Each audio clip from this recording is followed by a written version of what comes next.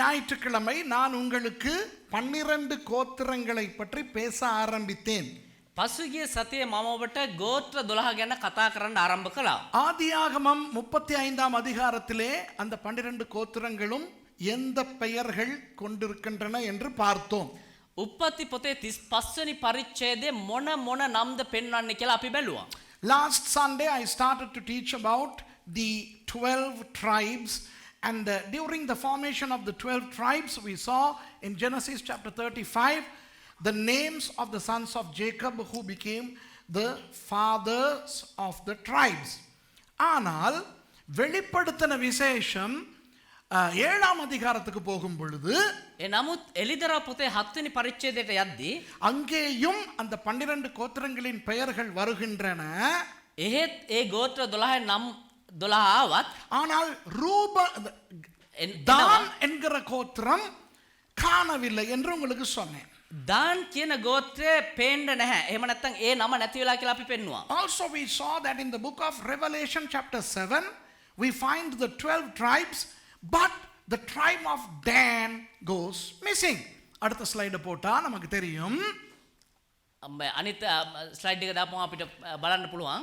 ஆதியாகமம் 35லே இருக்கின்ற அந்த 12 பேர்களில் උප්පත්ති 35 වෙනි පරිච්ඡේදයේ දක්වන ඒ නම් 12ත් இந்த வெளிப்படுத்தின விசேஷத்திலே காணப்படும் 12 பெயர்களிலும் உள்ள வித்தியாசம் என்னவென்றால் එලිදරව් 7 වෙනි පරිච්ඡේදයේ පෙන්න ඒ නම් 12 තියෙනා වෙනසත් මොකක්ද කියනවනම් அங்கு இருக்கின்ற தான் இங்கே இல்லை.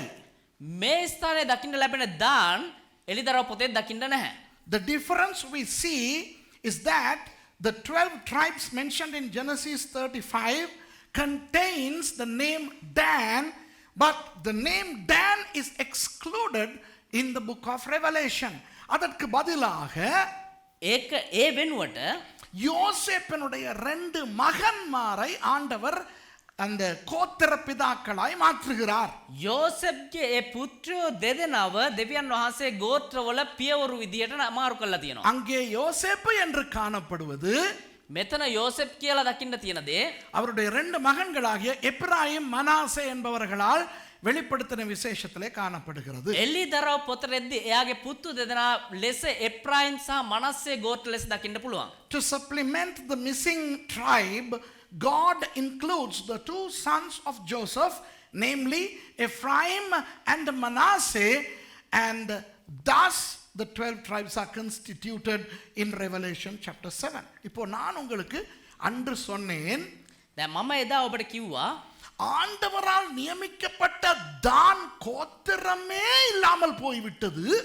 දෙවියන් වහන්සේ විසින්ම නියම කරපු ඒ දාන් ගෝත්‍රයම නැති වෙලා යන්න ஏன் ඇයි அவ்வளவு ஒரு பயங்கரமான விஷயம் அவர்களுக்கு ஏன் நடந்தது? ඒ වගේ භයානක දෙයක් ඔවුන්ටයි සිද්ධ වුණේ. ஒரு கோத்திரத்தையே ஆண்டவர் அழித்து விட்டாரே. එක ගෝත්‍රයක්ම දෙවියන් වහන්සේ නැති කරලා දැම්මනේ. Our message pertaining to the subject starting from last Sunday is, why did God exclude the tribe of Dan from the tribals of Israel? It's amazing. It's crazy. It's ஒரு பைத்தியமான ஒரு விஷயம். පිස්සුවදන කාරණා මේක. தான் கோத்திரமே இல்லாமல் போய்விட்டது. ஐயோ, දාන් ගෝත්‍රයම නැති වෙලා ගියා. the whole tribe of Dan has disappeared. Instead, Ephraim and Manasseh have been embedded. அதற்கு பதிலாக தானுக்கு பதிலாக எப்ராயிம் மனாசே கொண்டு வரப்பட்டது. ඒ දාන් ගෝත්‍රයේ වෙනුවට එප්‍රායිම් සහ මනස්සේ ගෝත්‍ර දෙක ඇවිල්ලා. அதற்கு 4 காரணங்கள் இருக்கின்றன என்று சொல்லிக் கொடுத்தேன். ඒකට කාරණා 4ක් තියෙනවා කියලා කියලා දුන්නා. அதிலே ஒரு காரணத்தை கடந்த ஞாயிற்றுக்கிழமை பேசினேன். ඒක එක කාරණාවක් අපි ගිය සතියේ කතා කරා. இன்றைக்கு இன்னும் 2 காரணங்களை சொல்லிக் கொடுக்க போகிறேன். අද දවසේ තවත් කාරණා දෙකක් කතා කරන්න යනවා. அடுத்த ஞாயிற்றுக்கிழமை 4வது காரணத்தையும் சொல்லிக் கொடுக்க போகிறேன். ඊළඟ ඉරුදින 4 වෙනි කාරණාවක් කියලා දෙන්න යනවා. There are 4 reasons as to why the tribe of Dan was erased and replaced by Ephraim and Manasseh, the sons of Joseph. There are 4 reasons. One, we have already seen last Sunday. Today I'm going to explain 2 more reasons, and next Sunday I'm going to explain the last reason. கடந்த ஞாயிற்றுக்கிழமை எந்த காரணத்தை உங்களுக்கு சொல்லிக் கொடுத்தேன்? පසුගිය සතියේ මොන කාරණාද ඔබට කියලා දුන්නේ? ஆண்டவர் யோசுவா மூலம் பிரித்து கொடுத்த அந்த தேசம், அவர்களுக்கு கிடைத்த அந்த தேசத்தை குறித்து அவர்களுக்கு திருப்தி இல்லை. දෙවියන් වහන්සේ විසින් යෝෂුවා කන්නකොටගෙන ඔවුන්ට ලබා දුන්නා ඔය දේශය, එම නැතිනම් ඔවුන්ට හිමි වුණා ඔය දේශය පිළිබඳ ඔවුන් තෘප්තිමත් වුන්නේ නැහැ. What did I explain last Sunday? That the land that was allocated by Joshua to the tribe of Dan was not enough to them. அவர்களுக்கு அது போதவில்லையாம், அவர்களுக்கு போதவில்லையாம். ඔවුන්ට ඒක මදි වුණා. It was not enough for them. ஆண்டவர் சொல்லுகிறார், දෙවියන් වහන්සේ කියනවා உனக்கு போதும் என்று. උඹලට ඇති මේක කියලා. ஆண்டவரால் நியமிக்கப்பட்ட யோசுவா சொல்லுகிறார், දෙවියන් වහන්සේ නියම කරපු යෝෂුවා කියනවා உனக்கு போதும் என்று. උඹලට ඇති මේක කියලා. ஆனால் தான் கோத்திரம் நினைக்கிறார்கள், හැබැයි දාන් ගෝත්‍රය හිතනවා எங்களுக்கு போதாது. අපිට මදි. அது பயங்கரமான ஒரு சாபத்தை அவர்களுக்கு வரவழைத்தது. ඒක ඔවුන්ට භයානක වූ ශාපයක් ගෙන දුන්නා. God decided this land is enough for you. And the man of God, their leader Joshua, said, this land is enough for you. But they decided, no, it's not enough for us. அப்போ நான் சொல்லிக் கொடுத்தேன், මම කියලා දුන්නා நாம் நமக்கு இருக்கின்றவை போதும் என்ற திருப்தியோடு வாழ வேண்டும். අපි අපිට තියෙන දේ ගැන ඇති කියන තෘප්තිය කියන මනස ඇතිව ජීවත් වෙන්න ඕනේ කියලා. எனக்கு கிடைத்திருக்கிற மனைவி போதும், எனக்கு கிடைத்திருக்கிற கணவன் போதும். මට ලැබී තිබෙන මට හමු වී තිබෙන බිරිඳ ඇති මට හැම්බෙලා තියෙන ස්වාමි පුරුෂයා ඇති මට. மத்தவ புருஷனை பார்க்காத, மத்தவன் பொண்டாட்டியை பார்க்காத என்று பார்த்தோம். අනිත් කෙනාගේ ස්වාමි පුරුෂයා දිහා බලන්න එපා, අනිත් කෙනාගේ බිරිඳ දිහා බලන්න එපා කියලා බැලුවා. We saw the wife that we have, the husband we have is enough. Don't look at another man's wife, another woman's husband. எனக்கு கிடைத்திருக்கிற பிள்ளைகள் போதும். මට හම්බෙලා ඉන්න දරුවෝ ඇති. மற்ற பிள்ளைகளோடு ஒப்பிட்டு பார்க்க வேண்டாம். අනිත් දරුවොත් එක්ක සංසන්දනය කරලා බලන්න එපා. The child or the children we have is enough. Don't compare it with other children. எங்களுக்கு கிடைத்திருக்கிற வருமானம் போதும். මට අපිට හම්බෙලා තියෙන මේ ආදායම ඇති අපිට. இன்னும் வருமானத்தை பெருக்கிக் கொள்ள முயற்சிக்க வேண்டாம். තව ආදායම් වැඩි කරගන්න උත්සාහ කරන්න එපා. The income that we are receiving is enough. It's sufficient. Don't try to accumulate more income. எங்களுக்கு கிடைத்திருக்கிற ஊழியம் போதும். අපිට ලැබිලා තියෙන මේ සේවය ඇති. வேற ஊழியம், ஆண்டவர் கொடுக்காத ஊழியங்களை பாஞ்சு கொண்டு செய்ய போக வேண்டாம். දෙවියන් වහන්සේ දීලා නැති තව සේවාවන් කරන්න උත්සාහ කරන්න එපා. The ministry what God has given us is sufficient. Don't try to do more ministry. எங்களுக்கு இருப்பதை கொண்டு திருப்தி அடையாமல் අපිට තියෙන දේ ගැන තෘප්තිමත් නොවි இன்னும் வேண்டும் என்று நினைத்தால் තව ඕනේ කියලා හිතුවා නම් தான் கோத்திரத்துக்கு நடந்தது நமக்கும் நடக்கும் என்ற ஒரு எச்சரிக்கை செய்தியை கடந்த ஞாயிற்றுக்கிழமை நான் பேசினேன். දාන් ගෝත්‍රයට සිදු වුණා වූ දේ සිදුවේ කියනා වූ අවවාදාත්මක පණිවිඩය ගිය සතිය අපි දුන්නා. Last Sunday I delivered a message of warning, saying that if we are not content with what God has given us and if we crave for more, what happened to the tribe of Dan would happen to us. இன்றைக்கு இன்னும் 2 காரணங்களை பார்ப்போமா? අදවසේ තවත් කාරණා දෙයක් බලමුද? நன்றாய் செவி கொடுங்கள். හොඳට අවධානය දෙන්න. So today we are going to ponder upon 2 more reasons and listen to this very carefully. அதற்கு முன்னே நான் ஒரு கேள்வி கேட்க விரும்புகிறேன். ඊට කලින් එක ප්‍රශ්නයක් අහන්න කැමතියි. எத்தனை பேருக்கு கர்த்தர் கடந்த ஞாயிற்றுக்கிழமை குத்தி பேசினார்? கையை தூக்கி காட்டுங்க. කී දෙනෙකුට ගිය සතියේ දෙවියන් වහන්සේ ඇනලා කතා කරාද? How many of you can say that God spoke to us in a pricking manner last Sunday? அப்போ இன்றைக்கும் குத்த போகிறார். එවන අද දවසෙත් අයින්ට තමයි යන්නේ. வழங்குதா உங்களுக்கு? තේරෙනවද ඔබට? குத்துனா வலிக்கும். ඇන්න නම් රිදෙනවා. ஓகேயா? என்ன செய்ய? මොනවා කරන්නද? Pricking hurts, but that's how we can get healing. அப்படி குத்தினால்தான் இல்லையா சில வியாதிகள், එහෙම ඇන්න නම් තමයි සමහර රෝග சில வியாதிகளை மருந்து போட்டு மசாஜ் பண்ணி சுகப்படுத்த முடியாது. සමහර රෝග වලට ඇවිල්ලා බෙහෙත් දාලා මසාජ් කරලා හොඳ කරන්න බෑ. You know, some diseases cannot be healed by applying medication or externally or massaging. சில வியாதிகளுக்கு සමහර රෝග වලට கத்தியை எடுத்து கீறி පිහිය අරගෙන කපලා திறந்து එක විවෘත කරලා உள்ள இருக்கிற அசுத்தத்தை எடுத்து வெளியே போட்டு ඇතුලේ තියෙන අශුද්ධ දේවල් එළියට දාලා திருப்பி வைத்து தைக்க வேண்டும். ආපහු අර තිබ්බ විදියට තියලා මහන්න ඕනේ. அதுக்கு பேர் தான் சத்திர சிகிச்சை.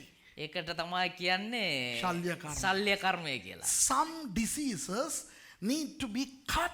You know, they need to cut open our skin, get into our anatomy and remove the malignancies and then connect them and sew them. Okay? Otherwise, it's not going to heal. ஆனா வலிக்கும். හැබැයි රිදෙනවා. செலவும் அதிகம். වියදමත් වැඩි. ஆபரேஷனுக்கு செலவும் அதிகம். Operation කරන්න වියදම වැඩි. விளங்குதா? நிறைய விஷயங்களை இழக்க வேண்டி வரும். බොහෝ දේවල් වියදම් කරන්න වෙයි. அது பிடிக்காம சில பேர் போயிடுவாங்க. ඒකට කැමති නැතුව සමහරු යනවා. Some people don't like to spend for the operation. They don't like operation. They will leave. Can't help. செய்ய வழி இல்லை. இன்னைக்கு ரெண்டு இடத்துல ஆண்டவர் வெட்டி அசுத்தங்களை களைஞ்சி தைக்க போறார். கடந்த ஞாயிற்றுக்கிழமை ஒரு தையல் ஒரு ஆபரேஷன், இன்னைக்கு ரெண்டு ஆபரேஷன். ගිය සතියේ එක ශල්‍ය කර්මයක් මේ සතියේ ශල්‍ය කර්ම දෙකක් දෙවියන් වහන්සේ කරන්න යනවා. Last Sunday one operation, today there are two operations, two doctors, okay? So ரெண்டு டாக்டர் ரெண்டு ஆபரேஷன் ரெடி ஆகுங்க. ஓகேயா? වෛද්‍යවරු දෙන්නයි ශල්‍ය කර්ම දෙකයි. இப்போ anesthetics போடுறோம், மயக்க மருந்து கொடுக்குறோம். දැන් අර සිහි නැති වෙන සිහි මුර්ජාවන ඒ බෙහෙත දෙනවා. அதாவது மயக்கம்னா மற்ற விஷயங்கள் எல்லாம் நினைக்காம முதல்ல இதுக்கு நல்லா கவனிக்கணும். සිහි මුර්ජා කරනවා කියන්නේ දැන් අනිත්‍යව හැමදේම අමතක කරලා දැන් මෙහෙට අවධානය So දෙන්න we are ඕනේ. going to give you administer anesthetics, you know, don't think about anything else, concentrate on the sermon. Okay? Right? Ready? இப்போ ஒரு கதை, இந்த தான் கோத்திரத்தை ஏன் ஆண்டவர் அகற்றினார் என்ற இரண்டாவது காரணத்தை சொல்ல போகிறேன். நல்லா கேட்டுக்கொள்ளுங்க, கதையாய் சொல்லுகிறேன். දැන් මේ දාන් ගෝත්‍රයේ දිව්‍යන් වහන්සේයි නැති කරලා දැන් මේ කියන දෙවෙනි කාරණාව කියලා දෙන්න යනවා. හොඳට අවධානය දෙන්න. கதாவாக் வகை කියලා දෙන්න යනවා. Okay? So I'm going to tell you the second reason as to why the tribe of Dan was excluded in a story form. Listen to this story. இந்த கதை நியாயாதிபதிகள் புத்தகத்திலே 5ஆம் 6ஆம் 7ஆம் அதிகாரங்களிலே வருகின்ற கதை. මේ කතාව ඇවිල්ලා විනිශ්චයකාරයන්ගේ පොතේ 5 වෙනි 6 වෙනි 7 වෙනි පරිච්ඡේදවල එන කතාවක්. This story transpires in Judges chapters 5, 6 and 7. But I'll tell you the story. You can read and see if Suresh is telling the truth later on. நான் கதையாய் சொல்லுகிறேன், பிறகு வீட்டில் போய் வாசித்து பாருங்கள் சுரேஷ் உண்மையாக கதையை சொன்னானா அல்லது கையில் காலில் போட்டு சொன்னானா. මම කතාව කියන්න ඊට පස්සේ ගෙදර ගිහලා කියවලා බලන්න පාස්ටර් කිව්වේ ඇත්තක්ද බොරුවක්ද කියලා ගෙදර ගිහලා කියවලා බලන්න. யாபீன் என்று சொல்லுகிற ஒரு தேசத்தார், යාබින් කියනව එක දේශයක அவர்கள் இஸ்ரவேலர்களை அடக்கி ஆட்சி செய்து கொண்டு இவர்களை உபத்திரவப்படுத்தி கொண்டிருந்தார்கள். ඔවුන් ඇවිල්ලා ඊශ්‍රායල් දේශයේ වැසියන් යටත් කරගෙන උන්ට උපද්‍රව කරමින් ප්‍රශ්න ඇති කරමින් ජීවත් වුණා. A foreign people group called Jabin were oppressing Israel and tormenting them for many years. இவர்கள் மனம் திரும்பி, ஐயோ ஆண்டவரே, இந்த யாபீனியர்களுடைய கையில இருந்து எங்களை காப்பாற்றுமே என்று ஜெபித்தார்கள். දැන් මේගොල්ලෝ මොනවද කරන්නේ? පසුතැවිලා අයියෝ ස්වාමිනේ මේ යාබින්නරුන් අපිව බේර ගන්නකෝ කියලා පසුතැවිලා යාඥා කරන්න පටන් ගත්තා. So the people of Israel repented and they cried unto God and said, Lord, save us from the Jabinites. அப்போ அந்த தேசத்திலே நியாயம் விசாரிக்கிற ஒரு பெண் நீதிபதி இருந்தார். එතකොට මේ දේශයේ විනිශ්චය කරන්නව එක කාන්තාවක් හිටියා. அவருடைய பெயர் தெபோராள். ඇයිගේ නම දෙබෝරා. தெபோராள் என்றால் தேனி என்று அர்த்தம். தேனி. දෙබෝරා කියන නමේ අර්ථය මීමැස්සී කියන නම. There was a judge, a female judge of the nation of Israel called Deborah. And the meaning of Deborah is bee. இப்போ தேனி எப்படி தெரியுமா? මීමැස්සි කොහොමද දන්නවද? தேனி பூச்சி நமக்கு மதுரமான தேனைத்தான் சேகரித்து கொடுக்கும். දැන් මීමැස්සෝ ඇවිල්ලා අපිට මිහිරි වූ රසයක් තමයි දෙන්නේ. தேன் வந்து சுவைக்கும் நல்லது, உடம்பு ஆரோக்கியத்துக்கும் நல்லது. මීපැණි ඇවිල්ලා අපේ ශරීර සෞඛ්‍යයටත් හොඳයි. මිහිරි එක. ஆனால் அதே தேனியோடு நீங்கள் விளையாட முயற்சித்தால் හැබැයි ඒ මීමැස්සිත් එක්කම ඔබ සෙල්ලම් කරන්න try කර උත්සාහ කරා නම් அது கொட்டும். එක අනි தேனி கொட்டினால் මීමැස්සි ඇන්න විද්දාන பயங்கரமா வலி, உயிர் போற அளவு வலிக்கும். விளங்குதா?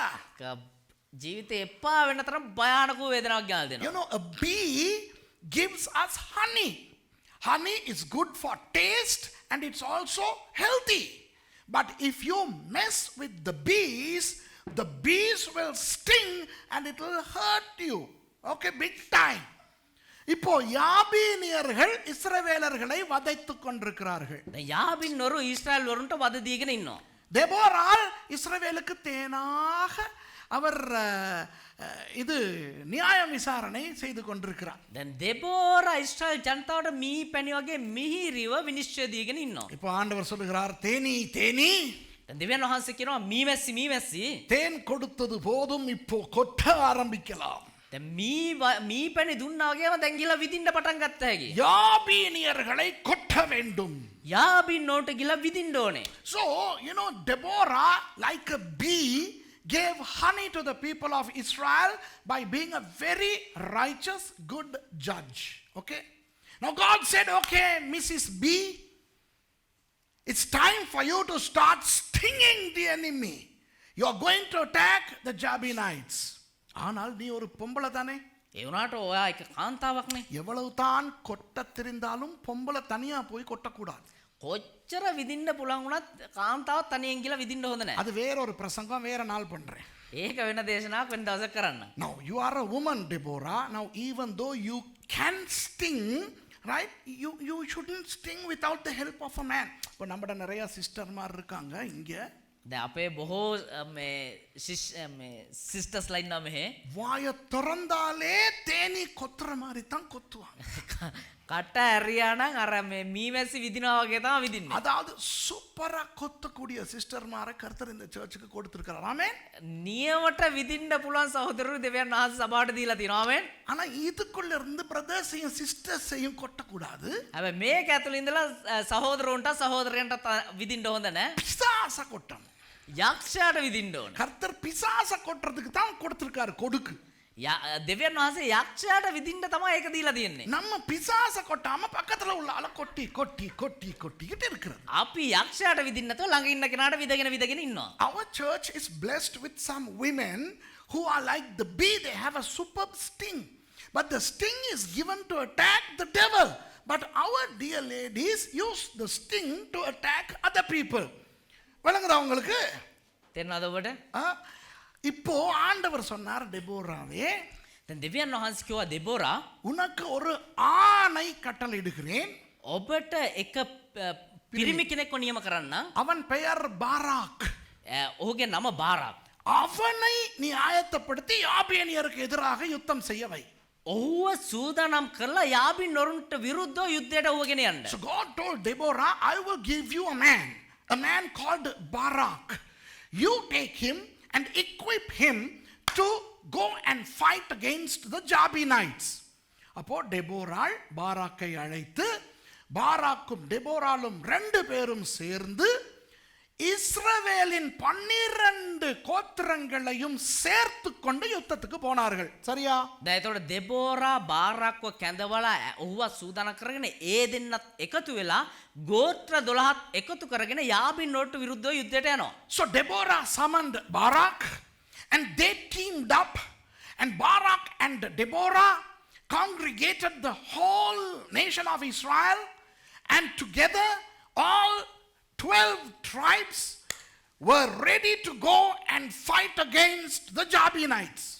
எல்லாம் போய் யுத்தம் பண்றாங்க. ஓகேயா? දැන් සේරම ගිහිල්ලා යුද්ධය කරනවා. யுத்தத்தில் என்ன நடந்தது? යුද්ධයේදී මොනවද උනේ? பயங்கர வெற்றி.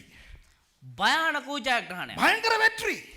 හොඳ ජයග්‍රහණයක්. யாபீனியர்கள் தோல்வி அடைந்து விட்டார்கள். යාබින්නොරු පරාජයටපත් වුණා. இஸ்ரவேலர்கள் ஜெயித்தார்கள். இஸ்ரவேலோடு ஜெயග්‍රහණය ලැබුවා. இஸ்ரவேலை அமுக்கிக் கொண்டிருந்த அந்த யாபீனியர்களுடைய கை முறிந்தது.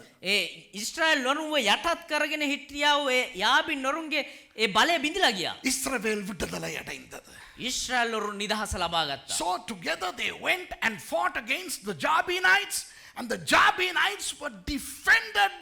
They were destroyed to smithereens, and the people of Israel got the victory, and the suppressing hand of the enemy was removed, and people enjoyed the victory. Okay? வெற்றி கிடைத்து விட்டது. දැන් ජයග්‍රහණය ලැබුවා. இந்த டெபோரா இருக்காரே, டெபோராள், දැන් මේ දෙබෝරා ඉන්නවනේ. அவர் ஒரு நல்ல கவிஞர். ඒ දෙබෝරා ඇවිල්ලා හොඳ කිවිදියක්. அவர் நல்ல ஒரு பாடகியும் கூட.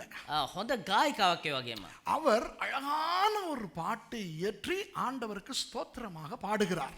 ඇය ලස්සන වූ ගීතිකාවක් ලියලා දෙවියන් වහන්සේට ස්තුතිපූර්වක වෙන පිණිස ගායනා කරනවා. Deborah was a poetess.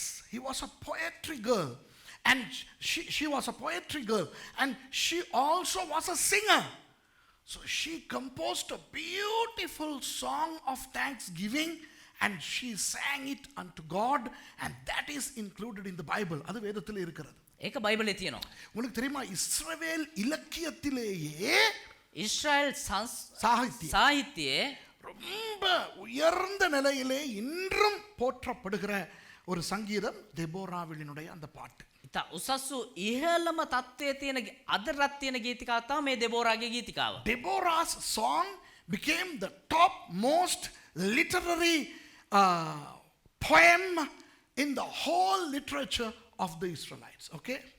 அந்த பாடலிலே ඒ ගීතිකාවේ அவர் அந்த 12 கோத்திரங்களும் என்ன என்ன மாதிரி யுத்தம் பண்ணினார்கள் என்று வர்ணித்து பாடுகிறார். ஓகேயா? මේ ගෝත්‍ර 12 මොන ආකාරයෙන්ද යුද්ධ කරේ කියලා වර්ණනා කරලා ගායනා කරනවා. In that beautiful song she is describing how each of these tribes contributed for the battle with the Jabinites. அதுல அக்கா தான பத்தி என்ன சொல்லுதுன்னு பாப்போமா? ඒකේ ඇය දාන් පති මොනවද කියන්නේ කියලා බලමුද? Shall we see what she says about Dan? நியாயாதிபதிகள் 5ஆம் அதிகாரத்திலே විනිශ්චයකාරයාගේ පොතේ 5 වෙනි පරිච්ඡේදයේ 17வது வசனத்திலே 17 වෙනි පදයේ அவர் இப்படி பாடுகிறார். මෙහෙම ගායනා කරනවා. Judges chapter 5 and verse 17. கீலேயாத் மனுஷர் யோர்தானுக்கு அக்கறையிலே இருந்து விட்டார்கள். கிலியத் யோர்தானின் எத்தர விசிய? Tell me. Yeah. Gilead abode beyond Jordan. கிலேயாத்துல உள்ளவங்க யோர்தானுக்கு அந்த பகுதியிலே இருந்துட்டாங்க. அது நமக்கு பிரச்சனை இல்லையே. கிலியத் කියන කට්ටිය யோர்දාனிන් එතර වාසය කර කිසි ප්‍රශ්නයක් නැහැ. Okay, the people of Gilead, they remained in the other side of Jordan. தான் மனுஷர் கப்பல்களில் தங்கி இருந்தது என்ன? දාන් තෙමේ නැව්වලට කුමට නැවතී සිටියේද? Why did Dan remain in ships? மத்தது பரவாயில்ல. என்னது? ஆஷேர் மனுஷர் கடற்கரையிலே தங்கி தங்கள் குடாக்களில் தாபரித்தார்கள். ආෂර් මුහුදු වෙල්ලේ නිශ්චලව ඉඳගෙන තමාගේ කලපු ළඟ විසිය. Asher continued on the seashore and abode in his breeches. அதாவது தெபோரால் என்ன பாடுறாங்க தெரியுமா? ඒ කියන්නේ දෙබෝර මොනවද දන්නවද ගායනා කරන්නේ? ஒவ்வொரு கோத்திரமும் அவர்களுடைய இடங்களிலே இருந்து அவர்கள் இந்த யாபீனியர்களோடு யுத்தம் பண்ணினார்கள். ඒ ගෝත්‍ර ඔවුන්ගේ ස්ථානවල ඉඳගෙන ඒ යාබින්නෝට විරුද්ධව යුද්ධ කරා. So Deborah is singing and she is saying that each tribe fought against the Jabinites from wherever they had to fight. Okay, they stood the ground and they fought. அவர்கள் இருக்க வேண்டிய இடத்துல இருந்து யுத்தம் பண்ணினார்கள். ඔවුන් සිටිය යුතු ස්ථානයේ ඉඳගෙන යුද්ධ කරා. இப்போ தான் கோத்திரத்துக்கு ஆண்டவர் யோசுவா மூலம் கொடுத்திருந்த பகுதி எந்த பகுதி என்று உங்களுக்கு சொல்லி தருகிறேன். දැන් දාන් ගෝත්‍රයට යෝෂුවා කන්නකොටගෙන දෙවියන් වහන්සේ මොන ස්ථානයේ දුන්නේ කියලා කියලා දෙන්න. நீங்கள் இஸ்ரவேலுக்கு போனவர்கள் எத்தனை பேர் இஸ்ரவேல் போயிருக்கீங்க? கையை தூக்கி காட்டுங்க. කී දෙනෙක් ඉස්රායල් ගියාද කියලා අතුස්සලා පෙන්නන්න. How many of you all have been to Israel? Put your hands up. Okay, now you may remember, right, when I say Tel Aviv, Joppa, okay, Tel Aviv, Joppa, Tel Aviv, Joppa. Tel Avivல யோப்பாவுக்கு போனவங்க என்ன பாத்தீங்க? எனக்கு சொல்லுங்க யாராவது. What did you see in Joppa? Tell me. Joppa anybody? What did you see in Joppa? Tell me. Joppa වලට ගියපු කට්ටිය මොනවද දැක්කේ කියලා කියන්න. Ports, துறைமுகம். වරායක්. யோப்பால தான் துறைமுகம். துறைமுகம் இருந்தா என்ன அர்த்தம்? වරායක් කියන එකේ මොකක්ද තේරුම? கடல் இருக்குது, கப்பல் இருக்குன்னு அர்த்தம். මුහුදක් තියෙනවා, නැව් තියෙනවා කියන එක තමයි තේරුම. அப்போ Tel Aviv, யோப்பா, அஷ்டோட், அஷ்கலோன், காசா, இந்த கடற்கரை பிரதேசம் தான் தானுக்கு கொடுத்திருந்த பிரதேசம். ஓகேயா?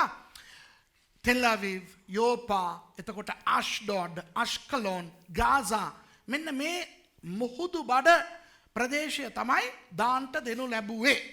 Dan was allocated the seaside cities of Tel Aviv, Joppa or Yaffo, Ashdod, Ashkelon, Gaza. I'm talking about today.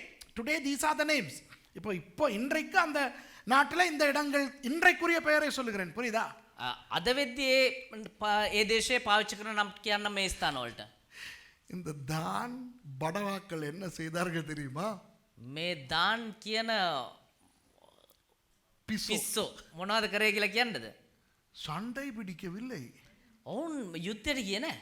கப்பல்ல ஏறி නැව් වලට නැගලා கப்பலை கொஞ்சம் உள்ள கொண்டு போய் ඒ නැව් පොඩ්ඩක් මූද ඇතුළට ගෙනilla அங்கே இருந்து இஸ்ரவேலை பார்த்து கொண்டிருந்தார்கள். එහෙ ඉඳන් ඊශ්‍රායල් දිහා බලාගෙන හිටියා.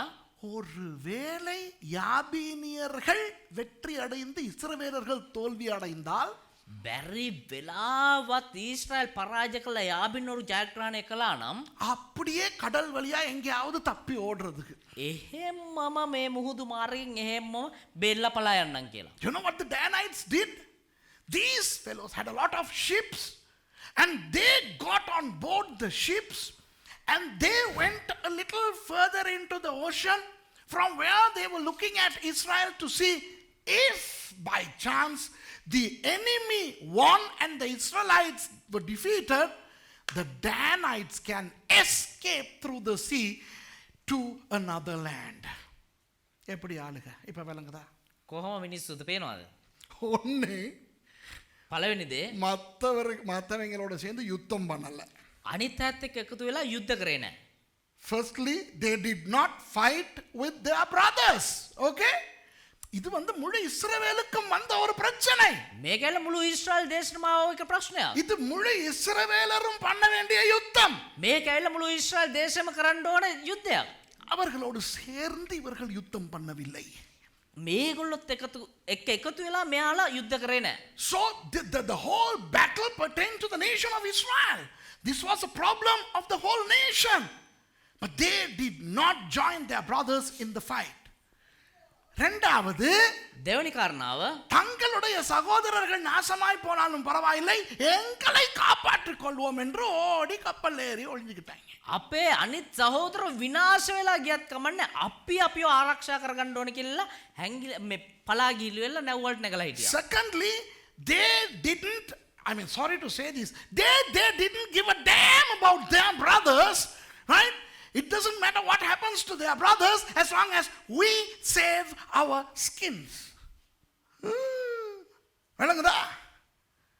மூன்றாவது තුන්වෙනි කාරණාව யுத்தம் முடிஞ்ச உடனே යුද්ධයෙන් නිමවුණු ගමම්ම கப்பல்ல இருந்து இறங்கி நாட்டுக்கு வந்து வெத்திட்டோம்னு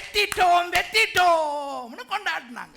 ඒ නැවේ ඉඳලා බිමට බහැලා අපි දින්නා කියලා කෑ ගහන්න. Thirdly, once the battle was over and the Israelites won, they alighted from the ships and they sang jubilantly, we won, hip hip hooray. இப்ப விளங்குதா? දැන් තේරෙනවද? விளங்குதா? තේරෙනවද?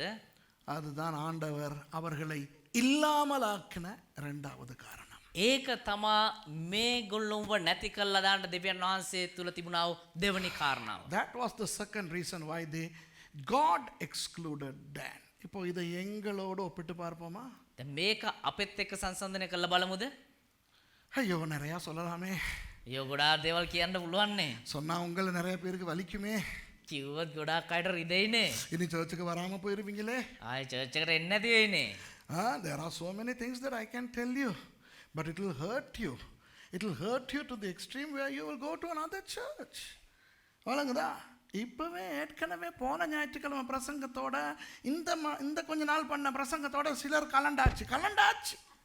සබ්බේ පහුගිය සතියේ ඊට කලින් සතිවලයි කරපු සමහර දේශනා නිසාම සමහර අය නිකම්ම ගැලවිලා ගියා. ගැලවිලා කාල් කරලා කියලාත් ඉවරයි අපි එන්නේ උඹලගේ පල්ලියට කියලා தமிழ்ல சொல்லு. போயிட்டு கால் பண்ணி சொல்லி முடிஞ்சு இனி வரவே மாட்டேன் நாங்க முடிஞ்சு இனி வரவே மாட்டேன்னா. From not only the last Sunday's sermon, some of the sermons from these last few weeks has hurt people a lot, and some people have already quit church. They have already decided, they have already called and told, we are not coming to the church. அலங்கதா இனி சபைக்கு வர மாட்டோம். அது போல இப்ப இருக்கிற எத்தனை இந்த கிழமையோட கலர போகுதோ எனக்கு தெரியல. ඒ වගේ මේ සතියත් එක්ක මෙතන ඉන්න කී දිනෙක ගැලවිලා යන්න යනවද දන්නේ නැහැ. I don't know how many of you all are going to get out. இப்போ இது எந்த பிரச்சனையும் இல்லை. ඒක මගේ ප්‍රශ්නයක් නෙමෙයි. நான் பண்ண வேண்டியதை பண்ணுவேன். මම කරන්න තියෙන දේ කරනවා. நீங்க செய்ய வேண்டியதை செய்யுங்க. ඔයාලා කරන්න පුළුවන් දේ කරන්න. இங்க ஃப்ளஷ் ஆகி போகிறது போய் சேர்றதுக்குரிய நிறைய டாய்லெட் பிட்டுகள் இருக்குது. මෙහෙ ෆ්ලෂ් කරන්නේ ගිහිල්ලා වැටෙන්න ඕන තරම් කක්කුසි වලවල් තියෙනවා. அதெல்லாம் இப்ப வேணா ரெக்கார்ட் ஆகுறனால. ඒව දැන් එපා රෙකෝඩ් කරන නිසා. You know there are so many toilet pits available for the flushed out elements to end up. So I am just preaching the word. நான் கர்த்தருடைய வார்த்தையை பேசுகிறேன். விளங்குதா உங்களுக்கு? මම දෙවියන් වහන්සේගේ වචන දේශනා කරන්නේ. இப்போ நான் பேசுவது உங்களுக்கு யாருக்காவது வலித்தால் දැන් මම දේශනා කරන ඔයාලා කාට හරි රිදුනා නම් சும்மா வலிக்குதுன்னா அலறாதீங்க. නිකම් බොරුවට රිදනවා කියලා අඬන්න එපා. இனியாவது திருந்துங்க. அவ்வளவுதான். ආයෙ හරි හැදෙන්න. එච්චර. நடந்து முடிஞ்சிருச்சு. සිද්ධ වෙච්ච දේවල් සිද්ධ වෙලා ඉවරයි. அதை பின்னானவைகளை மறந்து முன்னானவைகளை நாடி போவோம். ඒ පහුගිය දේවල් එහෙම මතල්ලා දාලා ඉදිරියට තියෙන දිහා බලමු. If what I say is going to prick you, don't just be hurt and say, oh no, it hurt me, I'm quitting. No. Let's put the behind in the past. Put the past behind, okay? and let's concentrate on what is new. இப்போ நீங்க யாராவது நினைச்சீங்கன்னா දැන් ඔබ කවුරු හරි හිතුවා නම් பாஸ்டர் எனக்கு தான் அடிக்கிறாருன்னு පාස්ටර් මට තමයි ගහන්නේ කියලා உண்மையா சொல்றேன். ඇත්තටම කියන්නම් உங்களுக்கு தான் அடிக்கிறேன். ඔයාට තමයි ගහන්නේ. விளங்குதா? நான் இல்ல நினைச்சு அடிக்கிறேன். මම නෙමෙයි හිතලා ගහන්නේ. ஆவியானவர் தான் அடிக்கிறாரு. ආත්මයන් වහන්සේ තමයි ගහන්නේ. நீங்க யாரும் என்கிட்ட வந்து கேட்க தேவையில்ல. பாஸ்டர் கிட்ட கேட்டு பார்ப்போம். எனக்கா அந்த அதர் சொன்னாரு அப்படின்னு கேட்காதீங்க. உங்களுக்கு தான். දැන් කවුරුත් ඇවිල්ලා අහන්න එපා. පාස්ටර්ෙන් ගිල්ලා අහමුකෝ මේ මට දෙයක කිව්වේ කියලා. ඔයාට තමයි අහන්න එපා. விளங்குதா? உங்களுக்கு தான் நான் அடிக்கிறேன். ஆனா நான் அடிக்கல, பரிசுத்த ஆவி அடிக்கிறாரு. ඒ අයි කියනවනම් මම නෙවෙයි ගහන්නේ සුද්ධාත්මයන් වහන්සේ ගහන්නේ. So if any of you feel that I am targeting you, yes, I am. Okay, so don't try to come and don't think, did he tell me? Did he pass a hint? No, it's not a hint. It's a very direct hit to you. விளங்குது? ஹிண்ட்டுக்கு கிடையாது, நேரா அடிக்கிறது. මේ නිකන් hint pass කරනවනේ කෙලින්ම කියන්නේ. விளங்குதா? ஒன்னு திருந்தணும், එක්ක හැදෙන්න ඕනේ. இல்லனா ஹalleluya, නැත්තම් hallelujah. விளங்குதா உங்களுக்கு? So either you have to change or you have to be flushed and end up in a nice better pit. Okay, and be happy. கவனிங்க. හොඳට අවධානය දෙන්න. ஆண்டவர் எனக்கு நல்ல சர்ச் கொடுத்திருக்கிறார். ஹalleluya. දිව්‍යන් වහන්සේ අපිට හොඳ සභාවක් දීලා තිනවා. හalleluya. நல்ல லைட் எல்லாம் கொடுத்திருக்கிறார். ஹalleluya. හොඳ ලයිට් දාලා තිනවා. හalleluya. நல்ல ஆர்கன் எல்லாம் கொடுத்திருக்கிறார். ஹalleluya. හොඳ ඕගන් එකක් දීලා තිනවා. හalleluya. புது கிறிஸ்மஸ் ட்ரீ எல்லாம் போட்டிருக்காங்க, டெக்கரேஷன் போட்டிருக்காங்க. ஹalleluya. අලුත් නත්තල් ගස් දීලා තිනවා. ඒව සරසලා තිනවා. හalleluya. இதெல்லாம் பண்ணும்போது நீங்க எங்க இருந்தீங்க? ஹalleluya. මේ සේරම කරද්දී ඔබ කොහෙද හිටියේ? හalleluya. நீங்க எல்லாம் கப்பல்ல இருந்தீங்க. ஹalleluya. ඔබ සියලු දෙනාම නැව්වල හිටියා. හalleluya. இங்க இருந்து இதெல்லாம் பண்ணுனவன் வேற, මෙහෙ ඉඳලා මේ සේරම කරේ වෙන කවුරුත් அனுபவிக்கிறவங்க வேற. ඒවා භුක්ති විඳින්න වෙන කෙනෙක්. You know, we have a wonderful church. Hallelujah. We have wonderful lights and decorations. Hallelujah. We have a new keyboard. Hallelujah. Yes, where were you when all these things were done? In the ships. இப்போ ஆண்டவர் சபைக்கு நிறைய ஆத்துமாக்களை கொண்டாரு. ஸ்தோத்திரம். දෙවියන් වහන්සේ සභාවට ගොඩාක් ආත්ම කියනවා. ස්තුති වේවා. நீ அதை குறித்து ஏதாவது பண்ணியா? ඔබ ඒ ගැන මොනවා හරි කරාද? நீ யாரையாவது கொண்டு வந்தியா? ඔබ කවුරු හරි එක්කගෙන ආවද? இல்ல. නෑ. ஏன்னா நீங்க கப்பல்ல பிஸியா இருந்தீங்க. ඇයි කියනවනම් ඔබ නැවට වෙලා කාර්ය බහුල වෙලා හිටියා. Oh, God has brought a new people to the church. Our church is growing. Hallelujah. Okay, what were you doing in terms of bringing people? Did you try? No, you were in the ships. இப்ப விளங்குதா உங்களுக்கு? දැන් තේරෙනවද ඔබට? ஐயோ அழகா மதில் கட்டிக்கிட்டு வராங்கப்பா, கீழே மதில் கட்டுறாங்க. අයියෝ මේ පල්ලෙහා බැම්මක් බැඳගෙන එනවනේ. Praise God, கர்த்தர் இவ்வளவு நல்லா ஆசீர்வச்சிருக்கிறாரு எங்களை. දෙවියන් වහන්සේ ප්‍රශංසාව දෙවියන් වහන්සේ කොච්චර ආශිර්වාදත්මකද ஆண்டவர் කියලා. புது டைனிங் ரூம் தாரார், கூரம் காவாசி போட்டுட்டாங்கோ. அல்லேலூயா. අලුත් කෑම කාමරේට අපිට අලුතෙන් ඒ හෝල් එකට වහලක් ගහලා තියෙනවනේ. හලෙලූයා. ஒரு கருங்கல்லு நீ வாங்கி கொண்டு வந்தியா? එක කළු ගලක් ඔබ ලබා දුන්නද? ஒரு ஆணி துண்டு கொண்டு வந்தியா? එක ඇණයක් ගෙනල්ලා දුන්නද? இல்ல கிழமை நாட்கள்ல ஒரு நாள் வந்து எனக்கு இதெல்லாம் வாங்கி தர முடியாது, ஒரு கல்லை தூக்கி கொடுக்குறேன், பாசுண்ண வைக்கட்டும்னு ஏதாவது பண்ணணுமா? එහෙම නැත්තම් මේ මට මුකුත් මිලදී අරගෙන දෙන්න බෑ. හැබැයි බාසුන්නයක් බැඳපු දේ මම ගලක් අරන් දෙන්න කියලා කවුරු හරි ගලක් උස්සලා දුන්නද? இல்ல, නෑ. கப்பல்ல பிஸி. නැවට වෙලා කාර්ය බහුලයි. So now beautiful wall is being built and a beautiful dining room is a rooftop dining room is coming up. Ooh. Yes, but did you come and lift a single nail? What was your part in that? No, because you were busy in the ships. விளங்குதா யாரு தான்? දැන් තේරෙනවද කවුද දාන්න කියලා? Can you see who Dan is? விளங்குதா உங்களுக்கு? තේරෙනවද ඔබට? கோடிக்கணக்கான ரூபாய் செலவழிச்சு மிஷன் ஹவுஸ் கட்டுறோம். කෝටි ගණන් මුදල් වියදම් කළ මිෂන් හවුස් එක හදනවා. அதை போய் பார்க்கறதுக்கு கூட நம்மளுக்கு டைம் இல்ல. ඒක ගිහිල්ලා බලන්නවත් අපේ කට්ටියන්ට වෙලාවක් නැහැ. அப்புறம் என்னத்தை போயிட்டு பண்றது ஏதாவது? එතකොට එහෙමනම් මොනවා හරි ගිහිල්ලා කරන්නේ කොහොමද? உங்களுக்கு எல்லாம் வெக்கம் வரணும். ඔබ සියලු දෙනා ලැජ්ජාවකින් දෙන්න ඕනේ. நல்ல காரணம்னா இருக்கு. காரணம். හොඳට මේ කාරණා තියන් ඉන්නවා. I am building a mission house for millions, man, millions. And our people don't even have the time to go and look at it. விளங்குதா உங்களுக்கு? තේරෙනවද ඔබට? ஐயோ இங்க புறா எல்லாம் வளர்க்குறீங்களா இல்லையா? අයියෝ මේ පරිවේ මත අදාළ නේද? எத்தனை பேர் நாங்க வளர்க்குற புறாவை கண்டு இருக்கிறீங்க? කී දෙනෙක් අපි හදන පරිවියෝ දැකලා තියෙනවද? வாத்து வச்சிருக்கிறீங்களா இல்லையா? තාරාව තියන් ඉන්නව නේද? நாங்க வச்சிருக்கிற வாத்தை எத்தனை பேர் கண்டு இருக்கிறீங்க? අපි තියාගෙන හදන තාරාව කී දෙනෙක් දැකලා තියෙනවද? லட்சக்கணக்கான ரூபாய் செலவழிச்சு உச்சி வரைக்கும் ரோட் போட்டிருக்கிறீங்களா இல்லையா? ලක්ෂ ගණන් වියදම් කළා ඉහළට වෙන මේ උඩට වෙනකම්ම පාර හදලා තියෙනවා. அந்த போட்ட ரோட்ல எத்தனை பேர் நடந்து போயிட்டு வந்திருக்கீங்க? කවුරු ඒ දාලා තියෙන පාරේ ඇවිදලා ඇවිල්ලා තියෙනවද? யோ யோ யோ மவுண்ட் கார்மெல் தான் கோத்திரத்தாரே கேட்டுக்கிறீங்க. මවුන්ට් කාමල් දාන් ගෝත්‍රය අහගන්න. போட்ட ரோட்ல நடக்கவே வரல, உங்களுக்கு டைம் இல்ல. ඒ දාලා තියෙන පාර ඇවිදින්නම ඔබට වෙලාවක් නැහැ. அந்த ரோட்ல உங்களை வேலை செய்யவா நாங்க கூப்பிட போறோம்? ඒ පාරේ වැඩ කරන්නද අපි ඔයාලට කතා කරන්නේ? இங்க யுத்தம் பண்றதுக்குன்னு ஒரு டீம் இருக்கு. මේ යුද්ධ කරන්න කියලාම එක කණ්ඩායමක් There ඉන්නවා. is a team to fight the war. There are Deborahs, there are Baraks, and there are other tribes here. We don't need you. எங்களுக்கு நீங்க தேவையில்லை, இங்கே ஆள் இருக்கு. உண்மையா சொல்றேன். ඇත්තටම කියන්න අපිට ඔබලව අවශ්‍ය නැහැ. මෙහි කට්ටිය ඉන්නවා. தான் கோத்திரம் யுத்தத்துக்கு வரவில்லை என்று இஸ்ரவேல் தோற்று போனதா? දාන් ගෝත්‍රය යුද්ධයට ආවේ නැහැ කියලා ඊශ්‍රායල් ජනතාව පරාජයට පත් වුණාද? Just because Dan did not come for that war, did Israel lose? Tell me, சொல்லுங்க. කියන්න. யுத்த நேரம் டெபோராவுக்கோ பாராக்குக்கோ மற்றவங்களுக்கோ தான் இருக்கிறாங்களா இல்லையான்னு கூட தோணல. යුද්ධ වෙලාවේදී දෙබෝරට මේ බාරක්ට අනිත් මිනිස්සුන්ට දාන් කියලා ගෝත්‍රය ඉන්නවද කියන එකවත් මතක් වුණේ නැහැ. When the war was on, Deborah, Barak and the others even didn't worry about Dan, whether those fellows are there or not.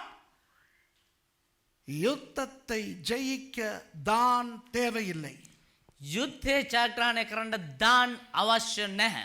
Dan is not needed to win the war. God already gave the victory to them, right? ஆண்டவர் அவர்களுக்கு ஜெயத்தை கொடுத்தார். දෙවියන් වහන්සේ උන්ට ජයග්‍රහණය දුන්නා. ஆனால் தான் கோத்திரம் யுத்தத்திலே சம்பந்தப்பட்டிருந்தால் හැබැයි දාන් ගෝත්‍රය යුද්ධයට සම්බන්ධ වෙලා හිටියා නම් ரெண்டு காரியம் நடந்திருக்கும். කන දෙයක් සිද්ධ වෙනවා. ரெண்டு விஷயம். ஒன்று, පළවෙනි එක அவர்களையும் புகழ்ந்திருப்பார் டெபோரா, இகழ்ந்திருக்க மாட்டார். ඒගොල්ලොන්වත් දෙබෝර වර්ණනා කර ඒගොල්ලෝ ගැන ওই විදිහට කතා කරන්නේ නැහැ. ரெண்டாவது, தான் கோத்திரம் பட்டியல்ல இருந்திருக்கும், இழந்து வெளியே போயிருக்கார். දෙවනි කාරණාව දාන් ගෝත්‍රය මේ ගෝත්‍ර 12 අතර ඉඳි ඒක නැති වෙලා යන්නේ නැහැ. ஆகவே தான் ஏன் யுத்தம் செஞ்சிருக்கணும் தெரியுமா? ඒ නිසා ඇයි දාන් යුද්ධ කරන්න ඕන කියලා දන්නවද? தங்களுடைய நன்மைக்காக, තමුන්ගේ යහපත උදෙසා. இஸ்ரவேலின் நன்மைக்காக அல்ல. ඊශ්‍රායල් වල යහපත උදෙසා නෙවෙයි. தான் இல்லாமலேயே இஸ்ரவேலுக்கு கர்த்தர் ஜெயம் கொடுத்து விட்டார்.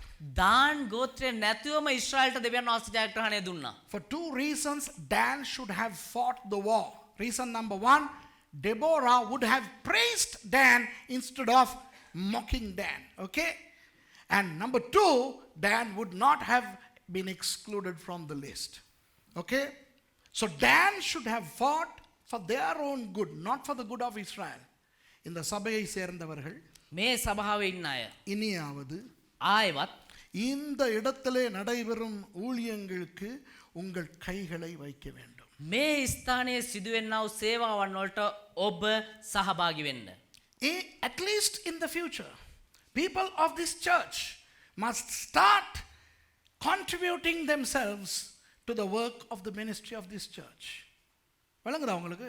நீங்க வேணுங்கிறனால இல்லை, நீங்க வந்து ஒன்னையும் பண்ண தேவையில்லை, நீங்க எங்களுக்கு வேணாம், நீங்க இல்லாமலே எல்லாம் நடக்குது. ඔබ අවශ්‍ය නිසා නෙමෙයි, ඔබ ඇවිල්ලා මෙහෙ දේවල් කරන්න ඕනේ එපා. මෙහෙ ඔබ නැතුවම දේවල් සිද්ධ වෙනවා. ஆனால் தானா இல்லாமல் மற்ற கோத்திரங்களாக இருக்கும்படி உங்கள் நன்மைக்கு நீங்கள் அதை செய்துதான் ஆக வேண்டும். හැබැයි දාන් වගේ නොවි අනිත් අය වගේ වෙන්න නම් ඔබේ යහපත උදෙසා ඔබ සම්බන්ධ විය යුතුයි. You must participate in the ministry of this church not because of us. Without you the ministry is happening, but for your own good. ஒரு காரியத்தை நான் சொல்லுகிறேன். එක කාරණාවක් කියන්න. எங்கள் இந்த இடத்துல இருந்த 32 பேர் 5 நாட்கள் ஊழியத்துக்கு போனார்கள், பயங்கரமான காட்டு பிரதேசத்துக்கு. මෙහෙ ඉඳලා 32 දෙනෙක් දෙවියන් වහන්සේගේ සේවයට ගියා භයානක වූ ප්‍රදේශයන් වල. அப்படி போனவங்க மாத்திரம் எழும்பி நில்லுங்க. ඒ ගියපු අය විතරක් නැගිටින්න. I want the 32 people who went from here for ministry to stand up. Not all 32 are here because many are on holiday. 32 பேரும் இங்கே இல்ல. 32 දෙනම් මෙහෙ නෑ. எல்லாம் எழும்பி நில்லுங்க. සේරම නැගිටින්න.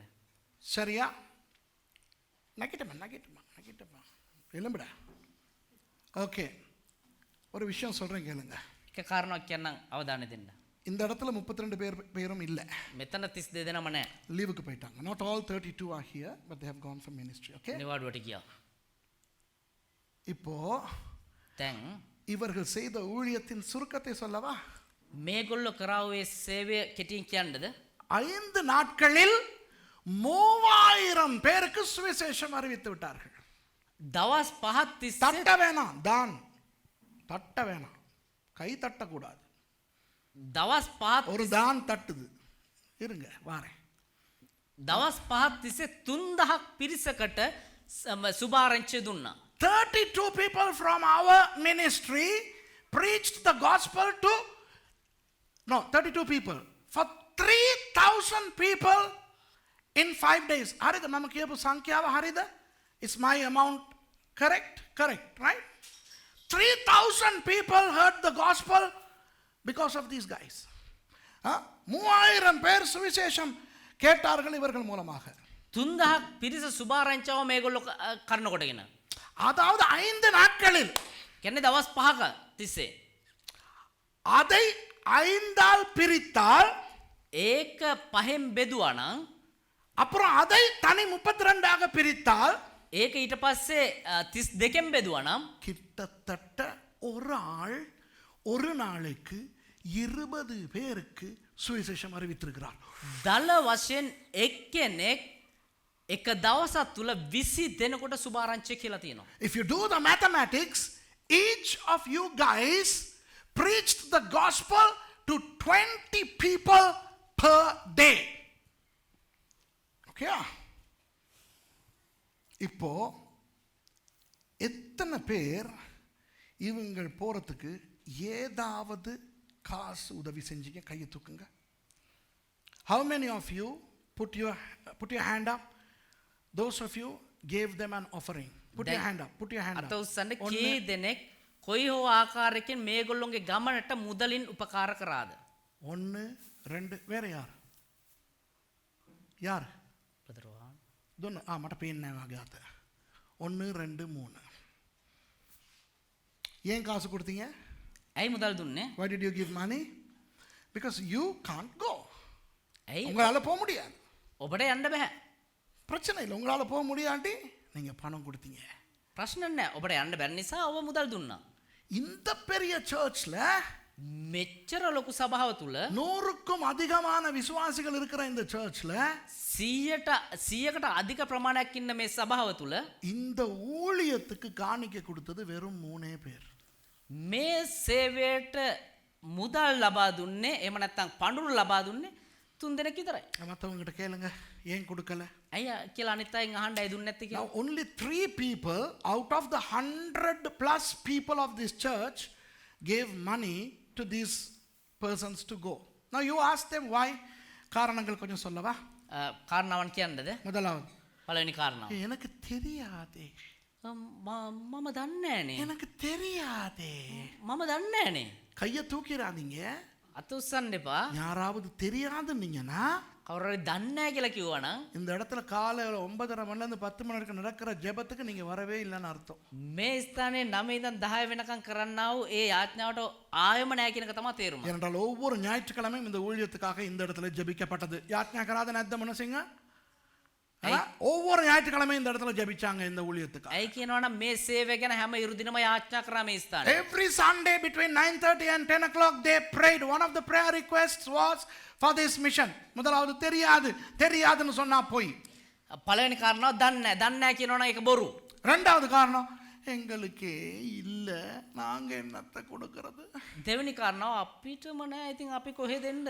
reason number 2 we are struggling we are suffering we are not moneyed people we are not asking for 100,000 rupees can't you spare 100 rupees ஒரு லட்சம் ரூபாயா கொடுக்க சொன்னோம் ஒரு 100 ரூபாய் கொடுக்கிறதுக்கு வக்கில்லாத ஆக்களா இந்த சர்ச்சில் இருக்கிறீங்க අපි ලක්ෂයක් දිල්ලුවේ 100ක් දෙන්න බැරි ආයද මේ සභාව ඉන්නේ. விளங்குதா තේරෙනවද? ஒன்று வந்து தெரியாது පළවෙනි එක දන්නේ නැහැ. அது போய் ඒක බොරු. ரெண்டாவது என்கிட்ட தான் இல்லையே දෙවෙනි කාරණාව අපි ගාවත් නැහනේ. number 1 I don't know that's a lie number 2 I don't have that's also a lie ඒකත් බොරු. ஓகே விளங்குதா உங்களுக்கு மூணாவது என்ன தெரியுமா තුන්වෙනි කාරණාව මොකක්ද දන්නවද? ஐயோ பாஸ்டர் நாங்க இவங்களுக்காக உபவாசிச்சு ஜெபிச்சோம் අයියෝ පාස්ටර් අපි මේගොල්ලෝ ගැන මේ නිරාහාර විඳලා යාඥා කරා. you know the third reason is a spiritual reason we fasted and prayed for them இந்த தான் கோத்திரம் சொல்ற மாதிரி අර දාන් ගෝත්‍රය කියනවා වගේ. நீங்க எல்லாம் யுத்தம் பண்ணும்போது கப்பல்ல இருந்து நாங்க கர்த்தரை நோக்கி ஜெபிச்சுக்கிட்டு இருந்தோம் ඔබ සියලු දෙනාම යුද්ධ කරද්දී අපි නැවේ ඉඳලා දෙවියන් වහන්සේ Sit down. යාඥා කරන් හිටියා. you know just like the tribe of Dan okay we were in the ships but we were not just idling there we were praying for the victory of Israel வணங்குதா சரி இப்போ சொல்றேன் දැන් කියන්න. இனிமேல் ආයෙ හරි. இப்போ இது நடந்ததை விட்டுருவோமா நடந்ததை விட்டுருவோம் දැන් මේ සිද්ධ වෙච්ච දේවල් අතහැරලා දාමු. forget what has happened in the past mount Carmel சர்ச்சுக்கு உங்களுடைய பணம் தேவையில்லை කර්මෙල් පර්වත සභාවට ඔබේ මුදල් අවශ්‍ය නැහැ. Mount Carmel Church doesn't need your money. God gives the money. கர்த்தர் கொடுக்கிறார். දෙවියන් වහන්සේ දෙනවා. Okay? Mount Carmel Church doesn't need your participation. Without you, we are okay. We are fine. In fact, we are better without you. Because when you come, it's a problem. Okay? இப்போ நீங்க வராம இருக்கிறது எங்களுக்கு better நல்லோம். ඔබ නොපැමිණෙන එක අපිට හොඳයි. ඒක යහපත්.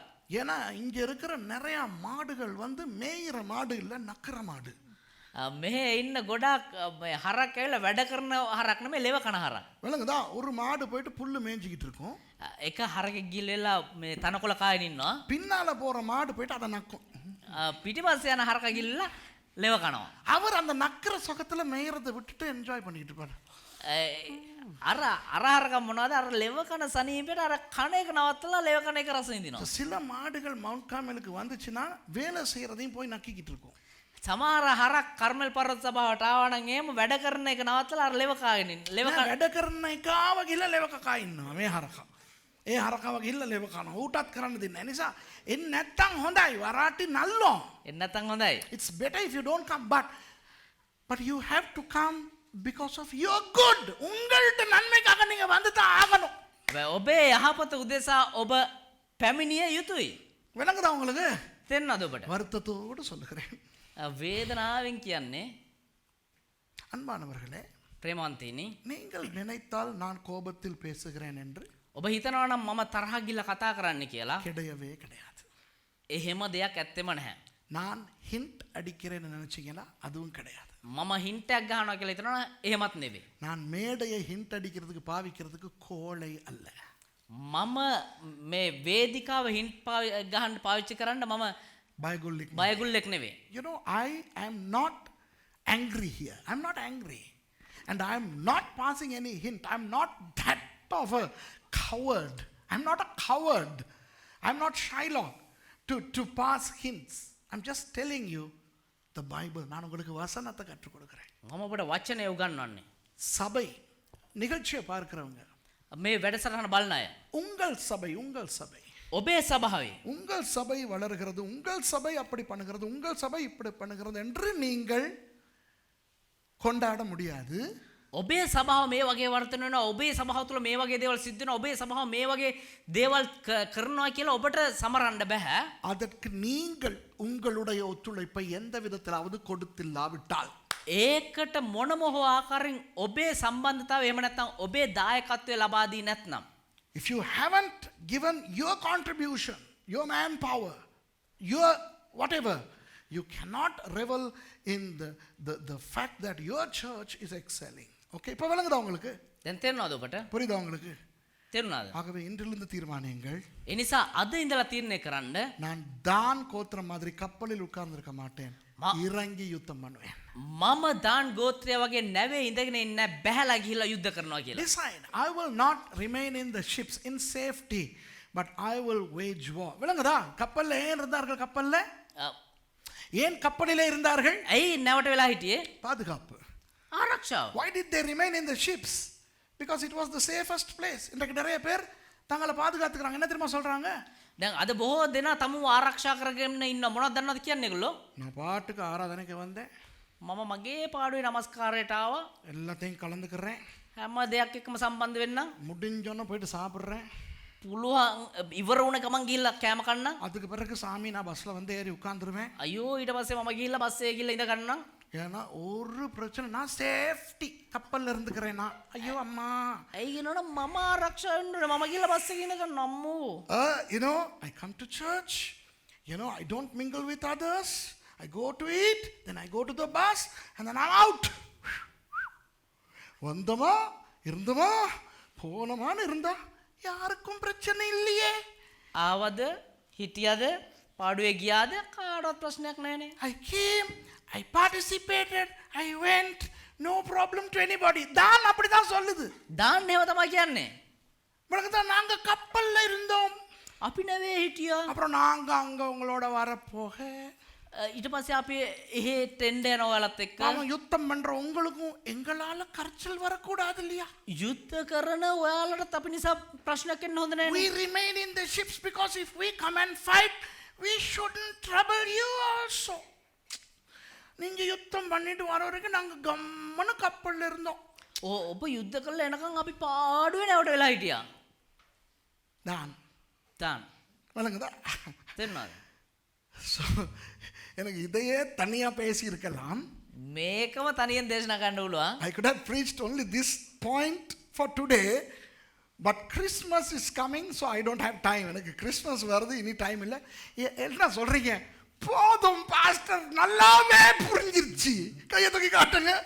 කී දෙනෙක් කියනවාද ඇති පාස්ටර් හොඳට වැදුනා ඇති කියලා කී දෙනෙක් කියනවාද? How many of you say enough? அங்க ஒருத்தர் கும்பிடுறாரு. போதும் சாமியா. Enough, I understood. இப்போ கடைசி அடுத்த பாயிண்ட்டுக்கு போற முதல்ல நான் சொல்லிடுறேன். දැන් අන්තිම කාරණාවට යන්න. நடந்ததை பற்றி இனி பேச வேண்டாம். පසුගිය දේ ගැන අය කතා කරන්න එපා. நீங்களும் பேசக்கூடாது, ஒருத்தர் பேசிக்கொள்ளக்கூடாது, என்னோடும் பேசக்கூடாது. ඔබත් කතා කරන්න හොඳ නැහැ, එකිනෙකා එක්ක කතා කරන්නත් හොඳ නැහැ, ඇවිල්ලා දේවදාසෙක් කතා කරන්නත් හොඳ නැහැ. What happened should not be discussed among yourselves or with me. What's gone is gone. நடந்தது நடந்துச்சு. සිදු වුණ දේ සිදු වෙලා ඉවරයි. எத்தனை பேர் சொல்லுவீங்க இனி කීදෙනෙක් කියනවද ආය சொல்றவங்க சொல்லுங்க, சொல்றவங்க சொல்லுங்க, தமிழ்ல சொல்லுங்க. இனி மொத்தமா சொல்றாங்க. எவ்வளவு எது இனி தைரியம் இருக்கிறாங்க, சத்தமா சொல்லுங்க. இனி கப்பல்ல குந்திக்கிட்டு இருக்க மாட்டேன், இறங்கி யுத்தம் பண்ணுவேன். ஆய நவே නැවේ ஆசிக்கே ආසික්කකේ මම ඉන්න මම ඉන්නේ නෑ බැහැලා බැහැලා යුද්ධ කරනවා. යුද්ධ කරනවා Hereafter, everybody say, hereafter I will not be in the ship having a gala time, but I will get down and fight. Okay? Amen. ආමෙන් அடுத்த விஷயத்துக்கு போவோம். ඊළඟ කාරණාවට යන්න இது மூன்றாவது காரணம். தான் கோத்திரம் தங்களுடைய நிலைமையை இழந்ததுக்கு காரணம் என்ன தெரியுமா? දාන් ගෝත්‍රය තමම නැති කරගන්න තුන්වෙනි කාරණා තමයි මේක. அந்த காரணம் யாக்கோபு தன் மகன்மாரை ஆசீர்வதிக்கும் போது தீர்க்க தரிசனமாக தானை குறித்து சொல்லுகிறார். ඒ කාරණාව யாக்கோபு යාකෝබ් තමුන්ගේ දරුවන්ව ආශිර්වාද කරද්දී අනාගත වාක්‍යයක් විදියට කියනවා. The third point is an amazing point which comes from the mouth of Jacob when he was blessing his 12 sons in a prophetic way. யாக்கோபு இருக்கிறாரே, யாக்கோபு යාකෝබ් ඉන්නව නේද? அவர் ஒரு பெரிய தீர்க்கதரிசி. එයා භයානක අනාගතවත් அவர் தன்னுடைய மகன்மாரை குறித்து தீர்க்க தரிசனம் சொன்னதெல்லாம் நிறைவேறியது. එයා තමුන්ගේ දරුවන් ගැන කිව්වා වේ අනාගතවත් සේරම ඉෂ්ට වුණා. You know, Jacob was a great prophet. Okay, and he prophesied about his sons, all of which came to pass. இப்போ அவர் ரூபன், சிமியோன், லேவி, யூதா என்று ஒவ்வொரு மகனாக ஆதியாகமம் புத்தகத்திலே ஆசீர்வதிக்கிறார். 49ஆம் அதிகாரத்திலே යාකෝබ් උප්පත්ති පොතේදී අපිට බලන්න පුළුවන් රූබන්, සිමියෝන්, ලෙවි, යුදා කියලා එක එක්කෙනාට ආශිර්වාද කරන විදිය. Jacob is blessing his 12 sons, Reuben, Simeon, Levi, Judah. You know, in Genesis chapter 49, ஆதியாகமம் 49ஆம் அதிகாரத்திலே උප්පත්ති පොතේ 49 වෙනි පරිච්ඡේදයේ அவர் தீர்க்க தரிசனமாக தானை குறித்து என்ன சொல்லுகிறார் என்று பார்ப்போமா? ඔව් අනාගත වාක්‍යයක් විදියට දාන් ගැන මොනවද කියන්නේ කියලා බලමුද? Shall we read and see what he says to Dan in a prophetic manner? Let's read Genesis 49:17. ஆதியாகமம் 49:17 பார்ப்போம். උප්පත්ති 49 17 වෙනි පරිච්ඡේදයේ පදේ අපි බලමු. தான் குதிரையின் மேல் ஏறி இருக்கிறவன் மல்லாந்து விழும்படியாய் அதின் குதிகாலை கடிக்கிறதற்கு வழியில் கிடக்கிற சர்ப்பத்தை போலவும் பாதையில் இருக்கிற விரியனை போலவும் இருப்பான். දාන් අශ්වයා පිට නැගී යන අය පස්සට වැටෙන ලෙස අශ්වයාගේ විලුඹු වලට දෂ්ට කරන්නා වූ මාර්ගයේ සිටින සර්පෙක් වන්නේය. මාවතේ සිටින පොළඟෙක් වන්නේය. Dan shall be a serpent by the way, an adder in the path, that biteth the horse heels, so that his rider shall fall backward. ஐயோ, தானை குறித்து அதற்கு முதல் வசனத்தில் என்ன சொல்லுகிறார் தெரியுமா? දාන් ගැන ඊට කලින් තිබෙනවා පදේ මොනවද දන්නවද කියන්නේ? 16வது வசனம். 10 වෙනි පදය. தான் இஸ்ரவேல் கோத்திரங்களில் ஒரு கோத்திரமாகி தன் ஜனத்தை நியாயம் விசாரிப்பான். දාන් ඉස්රායල්ගේ ගෝත්‍රෙන් එකක් මෙන් තමාගේ සෙනග විනිශ්චය කරන්නේය. Dan shall judge his people as one of the tribes of Israel. அதாவது ஆண்டவர் தானை எப்படி உயர்த்த போகிறாராம்? ඒ කියන්නේ දෙවියන් වහන්සේ දාන්න කොහොමද උසස් කරන්න යන්නේ? ஒரு நியாயாதிபதியாக, එක විනිශ්චයකාරයෙක් වගේ. ஒரு நீதிபதியாக. විනිශ්චය කරන්නෙක් වගේ. God was going to lift Dan up as a judge. He was going to judge the whole 12 tribes, all 12 tribes of Israel. இஸ்ரவேலின் 12 கோத்திரங்களையும் அவன் நியாயம் விசாரிக்கிற அளவுக்கு உயர்த்துவார். ඒ කියන්නේ ඉස්රායල් ගෝත්‍ර 12ම විනිශ්චය කරන තරමට ඔහුව උසස් කරනවා. ஆனால் හැබැයි அவன் அந்த நிலையிலே இருந்து விழுவான். ඔහු ඒ තත්ත්වයේ ඉඳලා වැටෙනවා. கர்த்தர் உயர்த்துவார், දෙවියන් වහන්සේ උසස් කරනවා. ஆனால் அவன் விழுவான். හැබැයි ඔහු වැටෙනවා. எந்த அளவுக்கு விழுவான் தெரியுமா? කොයි තරම් දුරට වැටෙනවද දන්නවද? ஒரு பாம்பு பாம்பு எங்க இருக்கும்? ඒ කියන්නේ සර්පයෙක් ගන්නට பாம்பை விட கீழே ஒருத்தனுக்கும் போக முடியாது. பாம்பை விட கீழே நமக்கு போக முடியாது. அது ஆக கீழே கிடக்கிறது தான் பாம்பு. සර්පයා කියන්නේ ඊටාම පහලින් ඉන්න ගමන් කරන සතා. நியாயாதிபதியாய் உயர்த்தப்பட்டவன் ஒரு பாம்பின் அளவுக்கு கீழே போவான். විනිශ්චයකාරයෙක් වගේ උසස් කරපු කෙනා එක සර්පයෙක් වගේ පහළට වැටෙනවා. Amazing prophecy. God said through Jacob, Dan would be lifted up like a judge, a very high position, a highest position compared to all other tribes. But he will come down to the level of a serpent. I mean, you cannot go below the serpent. Serpent is already on the lowest point, right? He will come so low. அவ்வளவு தன்னை கேவலமா கீழே கொண்டு வந்துருவான். எதுக்கு? ඒ තරම් පහත් තත්ත්වයට පහළට ගේනවා මොන නිසාද? குதிரையில் போகிறவனை விழுத்தாட்ட. අශ්වයා පිට යන කෙනා වැටුණා. වටන්න. To bring down the rider of the horse. அப்ப இவன் என்ன செய்வானாம்? ඒ කියන්නේ මෙයා මොනවද කරන්නේ? அந்த குதிரையில் இருக்கிறவனை இவனால் தாக்க முடியாது நீ. ඒ අශ්වයා පිට යන කෙනාව මෙයාට දරා ගන්න බෑ. නෑ. අස්පයා පිට යන එක්කෙනාට ගහන්න මෙයාට බෑ. You know, he cannot attack the rider of the horse. You know, he's too small. அதனால என்ன தெரியுமா செய்றான்? ඒ නිසා මොනවද දන්නවද කරන්නේ? அவன் ஏறி இருக்கிற குதிரையினுடைய காலுக்கு ஒரு ஷாட். ඔව් නැගලා ඉන්නේ අශ්වයාගේ කකුලට එක පහරක්. அப்ப குதிரை மல்லாந்து விழும்போது එතකොට ඒ අශ්වයා පෙරලා වැටෙනකොට அந்த குதிரையில உள்ளவனும் விழுந்து போவான். ඒ අශ්වයා පිට ඉන්න කෙනත් බිමට වැටෙනවා. You know, he then, because he cannot attack the people who are riding the horses, he will attack the leg, the foot of the horse, so that when the horse crumbles down, the person who rides will crumble down. அன்பானவர்களே, ප්‍රේමාන්තේනි 96ஆம் ஆண்டு 900 ගණන් වල 996 ஆண்டவர் என்னை இலங்கைக்கு கொண்டு வந்தார். දෙවියන් වහන්සේ දේවදාසයාව ලංකාවට ගෙනාවා. ஒரு பெரிய தரிசனத்தோடு கொண்டு வந்தார். විශාල දර්ශනයක් ඇතුව ගෙනාවා. God brought me to Sri Lanka in 1996 with a huge vision. அந்த தரிசனத்தை பற்றி எனக்கு உங்களுக்கு சொல்ல முடியாது. ඒ දර්ශනය ගැන ඔබට කියන්න බෑ. இப்ப சொல்ல முடியாது. அவ்வளோ பெரிய ஒரு தரிசனம் அது. දැන් කියන්න බෑ. එච්චර ලොකු විශාල උදර්ශනයක්. It's a great vision. அங்க உள்ள ஒருத்தருக்கு ஆண்டவர் காட்டினார். එහෙ ඉන්නව එක්කෙනෙකුට දෙවියන් වහන්සේ පෙන්වුවා. ஆசைக்கு ஞாபகம் இருக்குமா தெரியல. ஒருத்தருக்கு காட்டினார். அவர் தரிசனத்துல கண்டாராம். ஒரு பெரிய ஒரு மேடையில் என்னை ஏற்றி ஜனங்கள் தோளிலே என்னை உலகம் பூராய் கொண்டு போகிற அளவு ஞாபகம் இருக்கோ தெரியல உங்களுக்கு. அந்த தரிசனத்தை அங்குள்ள வெள்ளைக்காரருக்கு ஆண்டவர் காட்டினார். එහෙ ඉන්නව එක සුද්දෙකුට දෙවියන් වහන්සේ පෙන්ලා තිබුණා. එක විශාල වේදිකාවක ඉඳලා විශාල ජන කාණ්ඩයක්ගේ මේ කරේ වේදිකාව. ඒ ලොකු තැලියක් වගේ එකක්.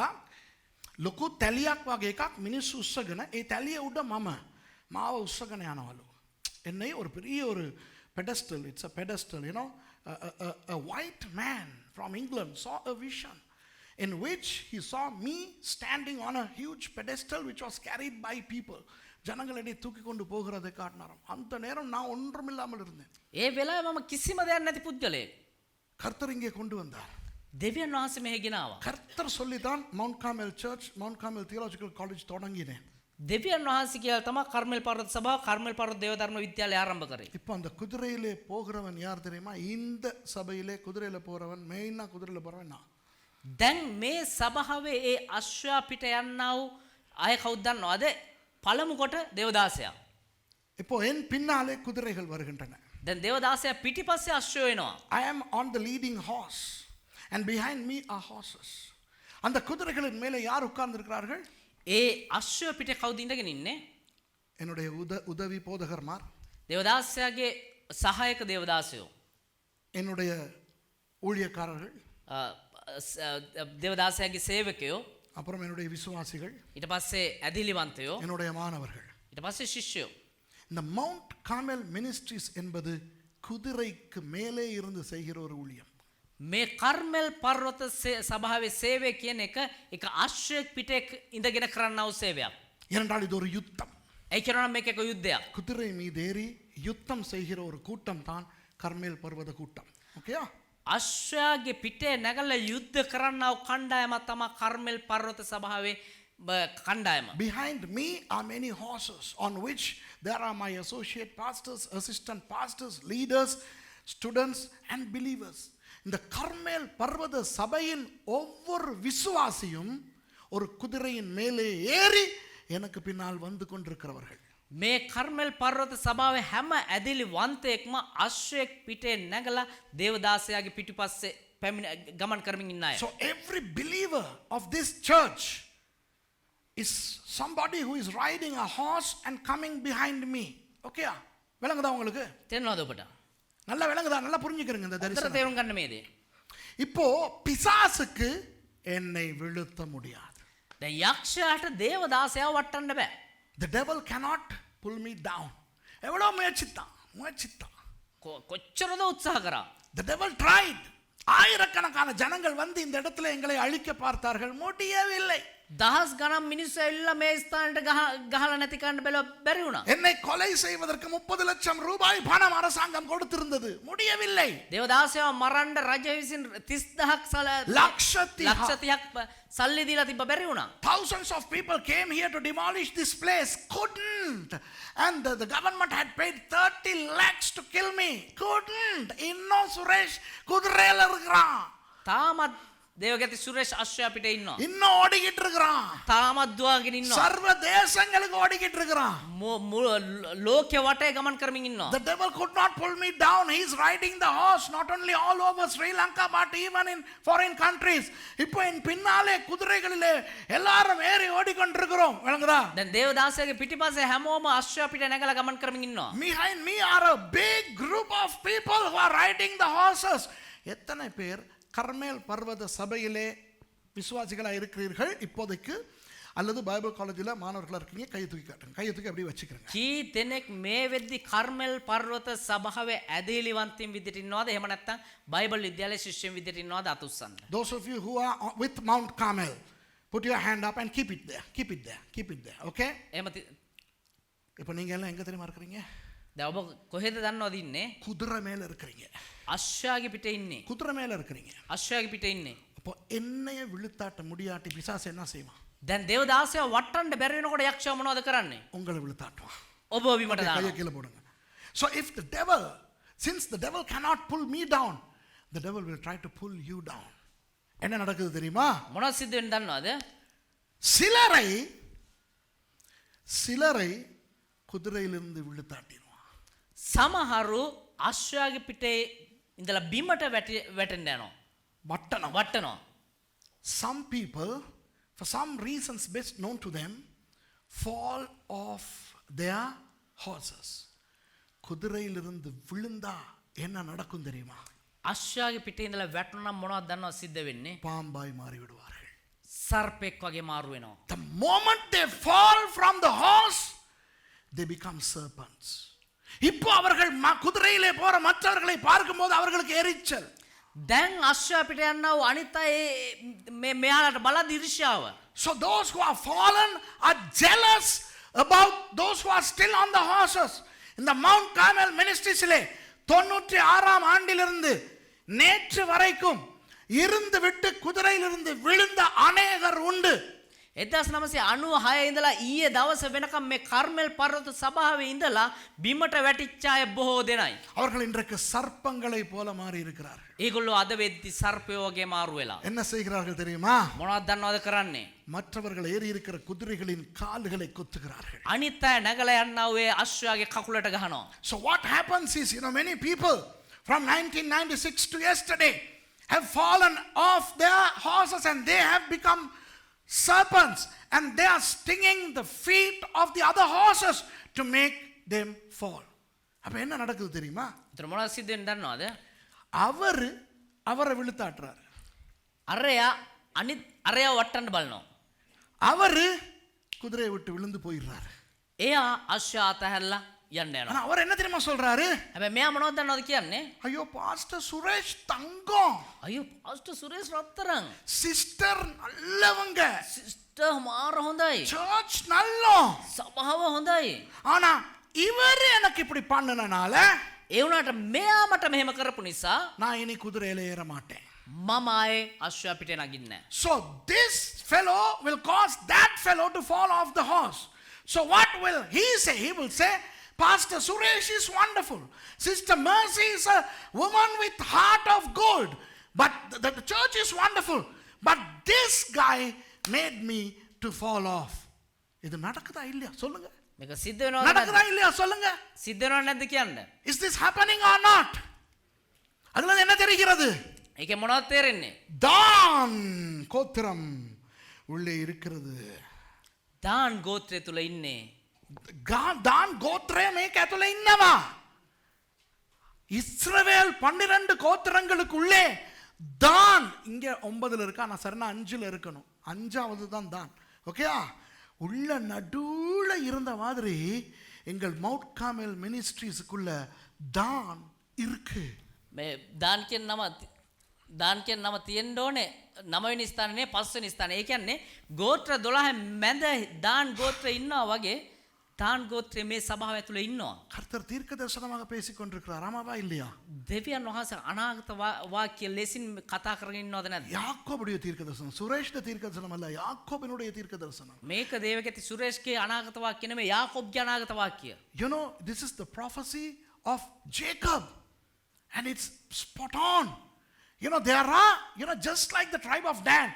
The tribe of Dan is in number 9 here. It should have been number 5, okay? It's Reuben, Simeon, Levi, Judah, and Dan. Okay? Dan is one of the tribes. So, just like Dan was within Israel, there are Danites here in our ministry inside. இவர்கள் என்ன செய்கிறார்கள்? சிலர் දැන් මොනවද සමහරු හිතන්නේ? விஷயம் என்ன தெரியுமா? කාරණා මොකක්ද දන්නවද? சில பேர் குதிரையில இருந்து விழுந்து விட்டார்கள். සමහරු අශ්වයාගේ පිටේ ඉඳලා වැටුණා. Some people have fallen off their horses. இப்போ நான் பேசும்போது දැන් මම කතා කරද්දී யார் குதிரையிலிருந்து விழுந்திருக்கிறீர்களோ කවුරු අශ්වයාගේ පිටේ ඉඳලා වැටලා ඉන්නවද? உங்களுக்கு பரிசுத்த ஆவியானவர் உணர்த்துகிறார். ශුද්ධාත්මයන් වහන්සේ ඔබ ස්පර්ශ කරනවා. நீங்க தான், ඔබ තමයි කියලා. நீங்க தான். ඔබ තමයි. உங்களுக்குள்ள ஒரு கேள்வி வந்தா, ஐயோ நானா? ඔබ තුල එක ප්‍රශ්නයක්ද? අයියෝ මමද? நான் சொல்றேன், ஆமா நீங்க தான். මම කියනවා ඔව් ඔබ තමයි. ඔබ තමයි. ඔව්. யாரும் கை தூக்க கூடாது. කවුරුත් අත උස්සන්න හොඳ නැහැ. யாரெல்லாம் இப்ப நினைக்கிறீங்களோ කවුරුත් දැන් හිතන්නේ நானா? මමද? ஐயோ நானா? අයියෝ මමද? ஆமா நீங்க தான். ඔව් ඔබ තමයි. நீங்க நினைக்காமலேயே விழுந்துட்டீங்க. ඔබ හිතන්නේ නැතුවම ඔබ වැටිලා. நீங்க விழுந்திருக்கிறது உங்களுக்கே தெரியல. ඔබ වැටලා ඉන්නක ඔබම දන්නේ නැහැ. ஆவியானவர் உணர்த்துறார்.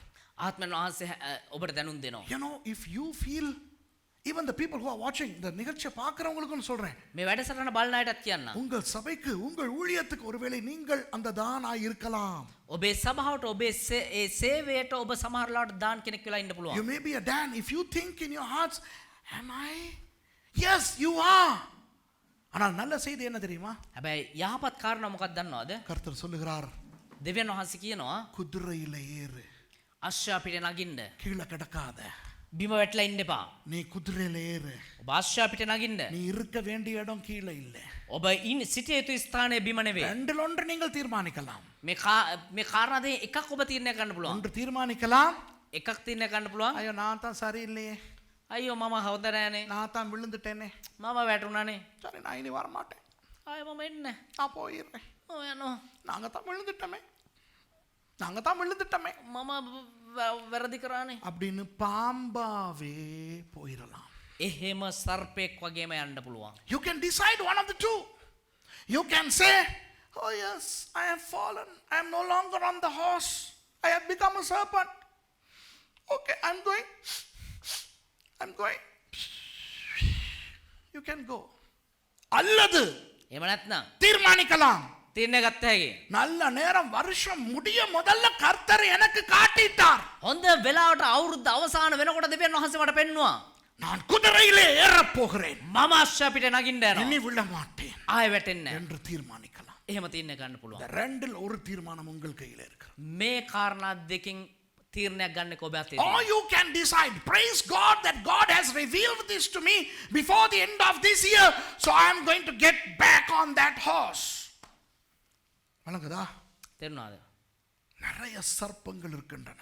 බොහෝ සර්පයෝ ඉන්නවා මෙතන. அவை உங்களை நேரடியாய் அடிக்காது. ඔබට කෙලින්ම ඒ සර්පයෝ දෂ්ට කරන්නේ නැහැ. ஆனா எங்க குத்துனா குதிரை விழுமோ அங்க அடிக்கும். හැබැයි කොහෙට දෂ්ට කරා නම් දස්වැ වැටෙන්නේ එහෙට දෂ්ට කරනවා. You know, there are many serpents that want to make you fall. They don't attack you directly. They will attack the limb of the horse to make you crumble. புரியுதா? තේරෙනවද? இந்த பிரசங்கத்தையே எடுத்து பிசாசு என்ன பண்ணுவான் தெரியுமா? මේ දේශනාව අරගෙනම යක්ෂයා මොනවද දන්නවද කරන්නේ? இதுல நான் சொல்ற எந்த பாயிண்ட் அடிச்சா குதிரை விழுமோ அதை உங்க மனசுல அடிப்பான். මෙතන මං කියන කොයි පොයින්ට් එක අරගෙන කොයි කාරණාව අරගෙන ගැහුවනන්ද අශ්වයා වැටෙන්නේ ඒ කාරණාව අරගෙන යක්ෂයා ඔබට ගහනවා. ஏன் பிரசங்கத்தையே எடுத்து உங்களை அடிக்கும் பாம்பு. මගේ දේශනාව අරගෙනම යක්ෂයා ඔබට ගහයි. The devil can take my sermon and take something from that and mix it with venom and give the sting to make you fall. விளங்குதா உங்களுக்கு? உண்மையாய் நான் இந்த நாட்களில் பண்ணுகிற பிரசங்கங்கள் எல்லாம் எல்லாமே கர்த்தருடைய பிரசங்கப்பா.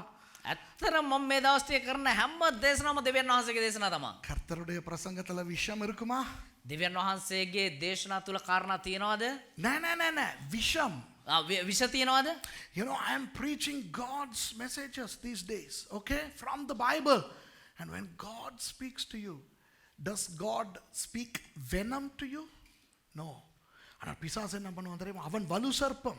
හැබැයි යක්ෂයා මොනවද දන්නවද කරන්නේ? ஓ சர்ப்பயா, ஏவாளை வஞ்சித்தது சர்ப்பம். ඒවාව රැවට්ටුවේ සර්පයා. விளங்குதா? அந்த என்ன? சர்ப்பம் என்ன பண்ணும் தெரியுமா? ඒ සර්පයා මොනවද කරන්නේ දන්නවද? என்னுடைய பிரசங்கத்துல சில பாயிண்ட்ஸ்களை எடுத்து දේවදාසයාගේ දේශනාවේ සමහර කාරණා අරගෙන அதுக்குள்ள விஷத்தை அனுப்பும். ඒක ඇතුළට විස යවනවා. அது திரும்ப உங்களுக்குள்ள வேலை செய்யும். ඒක ආපහු ඔබ ඇතුලේ වැඩ කරන්න පටන් ஓ ගන්නවා. பாஸ்டர் அப்படி சொன்னாரு. පාස්ටර් මෙහෙම ஓ කිව්වනේ. பாஸ்டர் இப்படி சொன்னாரு. පාස්ටර් අර විදිහට කිව්වනේ. அது என்ன அடிக்கதான். ඒක මට ගහන්න තමා. அந்த விஷ பாம்பு குதிரை அடித்தவுடன் விழுந்து போகிறார்கள். ඒ විස සර්පයා අශ්වයාට ගහපු ගමන් අශ්වයා වැටෙන්න යනවා. So the serpent which caused Eve to sin, the dragon, the Satan will take my sermon and inject venom into that sermon and sting the hearts of people to make them fall from the horses. இப்போ விளங்குதா உங்களுக்கு? දැන් තේරෙනවද ඔබට? அன்பானவர்களே, ප්‍රේමවන්තයනි. உங்களுடைய வார்த்தைகளை குறித்து கவனமாயிருங்கள். ඔබේ වචනයන් ගැන පරිස්සම් වෙන්න. சில பேருடைய வார்த்தைகள் සමහර අයගේ කතාව மற்றவர்கள் ஏறி இருக்கிற குதிரைகளை தாக்குது. අනිත් අය නැගලා ඉන්න ඔය අශ්වයාව වටනවා. அவங்க விழுந்துடுறாங்க. ඔවුන්ව වැටෙනවා. ஐயோ நான் அவருக்கு சொல்லல. අයියෝ මම යාට කිව්වේ නෑ. இல்லங்க, நீங்க அவருக்கு சொல்லல, அவருடைய குதிரைக்கு தான் சொன்னீங்க. නෑ නෑ ඔබ ඔහුට කිව්වේ නෑ. හැබැයි ඔහුගේ අශ්වයාට තමයි කිව්වේ. குதிரை விழுந்துருச்சு, அவங்களும் விழுந்துட்டாங்க. අශ්වයා වැටෙනවද ඔහුත් වැටෙන්න යනවා. You know, be careful of your words. When you throw the words, sometimes those words sting the horses and they fall. Then you say, no, I didn't tell anything to him. I didn't mean it. No. You attacked the horse. இன்னொரு பயங்கர விஷயம் என்ன சொல்லவா? තව එක භයානක විස මොකද්ද කියලා කියන්නද? அன்றைக்கு நான் ஸ்டாஃப் மீட்டிங்ல இதை சொல்லி கொடுத்தேன்.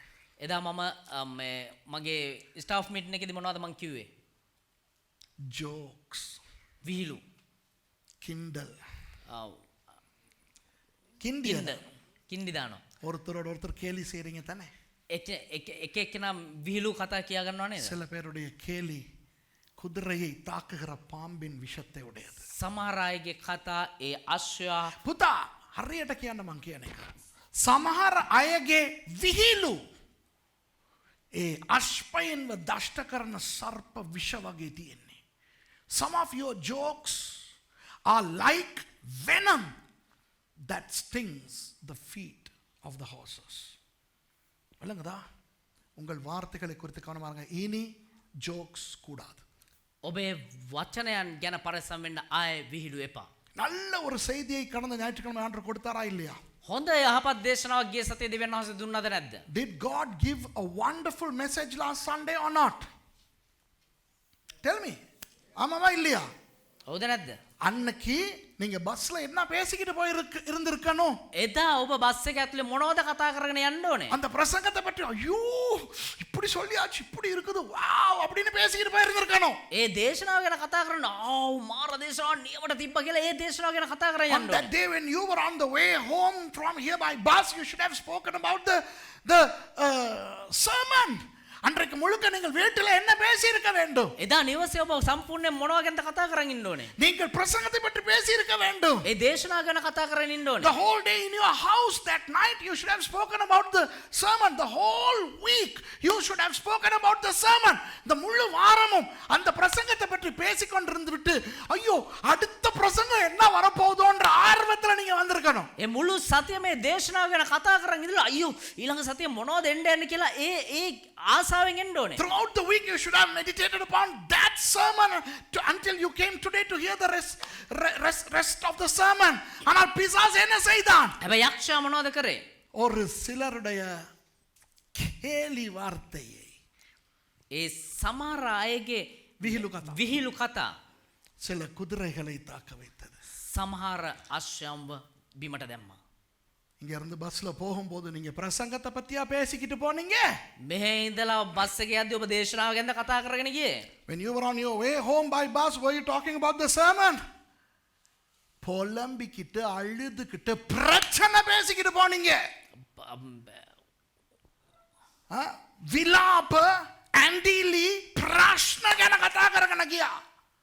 அன்று இரவு நள்ளிரவு வர mercy ஐயோ நான் ஃபோன் கொண்டாடல mercy ஃபோன்ல அவங்கள சமாதானப்படுத்துறா இவங்கள சமாதானப்படுத்துறா முழு நாளையும் பிசாசு நரகமாக்கிட்டான். එදින රාත්‍රියේ යහපත් රාත්‍රියක් වුණේ සහෝදරි මර්සිය අරේ සමාදාන කරනවා මෙහෙට කෝල් කරලා මෙහෙ සමාදාන කරනවා එහෙට මෙහෙට කෝල් කරගෙන සමාදාන කරන මේ මුළු රාත්‍රියම ගත වුණේ. Mercy was on the phone till midnight, even after midnight, till about 1 o'clock, trying to pacify that person, pacify this person. Why? The devil used jokes to attack people. பிசாசு ஜோக்க பயன்படுத்தினா குதிரையில உள்ளவனை விழுத்துறதுக்கு. எத்தனையோ பேர் விழுந்து தான் போனீங்க. යක්ෂයා විහිළු පාවිච්චි කරා ඒ අශ්වයා වට්ටන්න කී දෙනෙක්ද වැටලා තමයි ගියේ. Many people had fallen from the horse. So நிறைய பேர் திரும்ப ஏறி வந்துட்டீங்க, சில பேர் வரவே இல்லை, விழுந்தே கிடக்குறாங்க. සමහරු ආපහු නැගිටලා ආවා. හැබැයි සමහරු එම වැටලා ගියා නැගිටෙම නැහැ. விளங்குதா? Some people came back on the horse and they are here, praise God. But some finito. விளங்குதா? விளங்குதா உங்களுக்கு? තේරෙනවද ඔබට? யார் இதை செய்தது? කවුද මේක කරේ? தானின் ஆவி. දාන්ගේ ආත්මය. The spirit of Dan. இங்க பாருங்க, இருப்பதை கொண்டு திருப்தியடையாமல் செய்வது தானின் ஆவி. තියෙන දේ ගැන තෘප්තිමත් නොවෙන්නේ දාන්ගේ ආත්මය. The spirit of Dan makes us dissatisfied with what we have. சரியா? அடுத்தது, மற்றவர்களோடு சேர்ந்து ஊழியம் செய்ய விடாமல் எங்களை பாதுகாப்பான இடத்தில் கப்பலில் இருக்க வைப்பது தானின் ஆவி. අනිත් එක තමයි අනිත් අයත් එක්ක එකතු වෙලා සේවය කරන්න නැතුව තමුන්ව ආරක්ෂා කරගන්න නැවේ නැගලා ඉන්නේ දාන්ගේ ආත්මය. Secondly, the spirit of Dan makes us be in the ships in safety. I am safe. I'm not going to get involved in ministry. மூன்றாவது, තුන්වෙනි කාරණාව. மற்றவர்களை தாக்கி குதிரையிலிருந்து விழ பண்ணுவது தானின் ஆவி. අනිත් අයව අශ්වයාගේ පිටේ ඉඳලා බිමට වට්ටන්නේ දාන්ගේ ආත්මය. Spirit of Dan is also, number 3, making people to fall off from the horses. ஒரு நாளும் நான் செய்யாத ஒன்றை நாளைக்கு செய்ய போகிறேன். මේ වනතුරු කවදාවත් කරපු නැති දෙයක් මම හෙට කරන්න යනවා. ஆவியானவர் இப்போ எனக்கு சொல்றபடினால நான் அதை செய்ய போறேன். ආත්මයන් වහන්සේ දැන් මට කිව්ව නිසා මම ඒක කරන්න යනවා. I'm going to do something which I never do in my life. I'm going to do it tomorrow. அதாவது ඒ කියන්නේ இந்த நாட்களிலே මේ දවස්වල என் பிரசங்கம் மூலமாக பாதிக்கப்பட்டதாக சொல்லுகிற ஒவ்வொருவருடைய வீட்டுக்கு நானும் மேர்சியும் நாளைக்கு போறோம். මගේ දේශනා වලින් හිත රිදවගත්තා කියන කැඩුනා මේ දවස්වල මේ දවස්වල මං කරව දේශනා වලින් හිත කඩාගත්තා හිත රිදවගත්තා කියන හැම කෙනෙක්ගේම ගෙවල් වලට දේවදාසයත් සහෝදර මර්සිත් යන්න යනවා. හෙට යන්න යනවා. හෙට යන්න යනවා. I am going to go with my wife to the homes of people who have said that they were hurt by my sermons that I preached during these few weeks. இது நான் ஒரு நாளும் செய்யாத ஒண்ணு. මේක මම කවදාවත් කරපු නැති දෙයක්. நேற்று ஒருத்தவங்களுக்கு mercy ஃபோன் எடுக்க போகும்போது சொன்னேன், எடுக்காத, வராதவன் வராமலே இருக்கட்டும் சொன்னேனா இல்லையா? සහෝදරි මර්සි ඊයේ එක්කෙනෙකුට දුරකථනය කතා කරන්න යද්දි කිව්වා ගන්න එපා එන්න නැති කට්ටිය එන්න නැතුව හිටපු දෙන් කියලා. When Mercy tried to make a call to somebody, I told last night, no, if they don't want to come, let them not come. But I am telling you, I'm going to give them a last chance. Try to put them on the horse. நான் கடைசியாய் அவர்கள் பாவம் என்றபடியினால் අවසාන වශයෙන් ඒගොල්ලෝ පව් කියලා හිතන නිසා நான் அவர்களை குதிரையிலே ஏற்ற முயற்சிக்க போகிறேன் நாளைக்கு. මම හෙට දවසේ ඔවුන්ව ආපහු අශ්වයා පිටට නංගන්න උත්සාහ කරනවා. ஏறினால் அவர்களுக்கு நல்லது. නංගනන් අශ්වයා පිටට ඒගොල්ලොන්ට යහපත්. இல்லை என்றால் அவர்கள் இந்த பட்டியலிலே இருக்க மாட்டார்கள். නැති වුණා නම් ඒගොල්ලෝ මෙහා පැත්තේ තියෙන ඒ නම් ලයිස්තුවේ ඉන්නේ නැහැ. If they climb back to the horse, that's fine. If they say no, then they will not be included in the final 12 tribes. Okay? இழப்பு எனக்கு அல்ல. වැටීම නැතිවීම මට නෙවෙයි. ஆனால் நான் மனுஷத்தன்மையால் அதை செய்ய போகிறேன். හැබැයි මනුෂ්‍යෙක් විදිහට මනුෂ්‍ය හැඟීමෙන් මම ඒක කරන්න යනවා. இதற்கு முன்னே செஞ்சது இல்ல. මීට කලින් මම කරේ නෑ. இனியும் செய்ய மாட்டேன். ආයෙ කරන්නෙත් නෑ. நாளைக்கு மட்டும் செய்வேன். හෙට විතරක් කරනවා. I haven't done this before. I will never do this again. But only tomorrow I'm going to do this. Mercy, get ready for that. Okay? I believe the Lord is telling me. ஆண்டவர் சொல்லுகிறார் என்று நினைக்கிறேன். මම විශ්වාස කරනවා දෙවියන් වහන්සේ කියනවා කියලා. ஆனால் விழுந்திருப்பவர்கள் நிகழ்ச்சியை பார்க்கிறவர்கள் கூட சொல்லுகிறேன். මේ වැඩසටහන බලන අයටත් කියනවා වැටිච්ච අය குதிரையில ஏறுங்க. අශ්වයා පිටේ නගින්න. எத்தனை பேர் சொல்லுவீங்க நான் குதிரையில ஏற போறேன்ட்டு? கை කී දෙනෙක් කියනවාද මම අශ්වයා පිටේ නගින්න How යනවා. many of you all are saying I'm going to stay on the horse? நான் குதிரையிலேயே இருக்க போறேன் விழாம. කී දෙනෙක් කියනවාද මම ආයෙ වැටෙන්නේ නැතුව අශ්වයා පිටේම ඉන්න යනවා කියලා. குதிரையில இருக்கிறவங்க அந்த பாம்புக்கு தப்புற வழி என்ன? අශ්වයා පිටේ ඉන්න කට්ටියන්ට ඒ සර්පයාගෙන් බේරෙන්න තියෙන How මාර්ගෙ are you going to save yourself? Save your horse from the serpent. உங்கள் குதிரையை அந்த பாம்பிடம் இருந்து காப்பாற்ற என்ன செய்ய போறீங்க? ඔබේ අශ්වයා ඒ සර්පයාගෙන් බේර ගන්න මොනවද කරන්නේ? ஓடினாலும் பரவாயில்ல, நின்றாலும் பரவாயில்ல, ஆனா பாம்பு இருக்கான்னு பார்த்து பார்த்து போகணும். டிப்பாட்டி பாம்போட பிரைஸ் தி லார்ட், எப்படி இருக்கீங்க? ඒ සර්පෙක් ඉන්නවද නැද්ද කියලා හොඳ අවධානය යොමු කරගෙන යන්න ඕනේ. හිටියනම් නවත්තලා ප්‍රයිස් ලෝඩ් அது அல்லேலூயா அப்படின்னு அடிக்கும். එතකොට තමයි ඌ හල්ලෙලූයා කියලා ගහන්නේ. Don't stop and talk and have friendship with the serpent. ஏவாளுக்கு என்ன நடந்தது? ඒවට මොනවද සිද්ධ වුනේ? அது வந்து பேசுது. ගිල කතා කරනවා. ඌ ඇවිල්ලා කතා ஓ, කරනවා. பாம்பு வந்து பேசுது. அக்கா என்ன செஞ்சிருக்கணும்? එතකොට ඇය මොනවද කරන්න ඕනේ? அந்த பொம்பளைகளுக்கு இது தெரியாதா? பொம்பளைகளுக்கு வெட்டிக்கிட்டு போக தெரியாதா? ஞானண்ட தன்னத்தை கப்பாගෙන යන්න. Don't girls know. பிசாசு வந்து இங்கே ஆண்டவர் ஏதாவது சாப்பிட வேணான்னு சொன்னார், அப்படி போயிருக்கலாம். சாத்தான் வருது, இப்படி வருது, ஏவல் வருது, வெட்டிக்கிட்டு போயிருக்க வேண்டியது தானேடி. යක්ෂ ඇවිල්ලි වෙලා අහනවා දිව්‍යනාථ මොනවාරි කන්න එපා කියලා. ஏமே அந்த திப்பா එහෙම යන්න තිබ්බා. வெட்டிக்கிட்டு போறது, யாருக்கு வெட்டிக்கிட்டு போறதுன்னு தெரியாது. இது நின்று பேசிக்கிட்டு இருக்குது.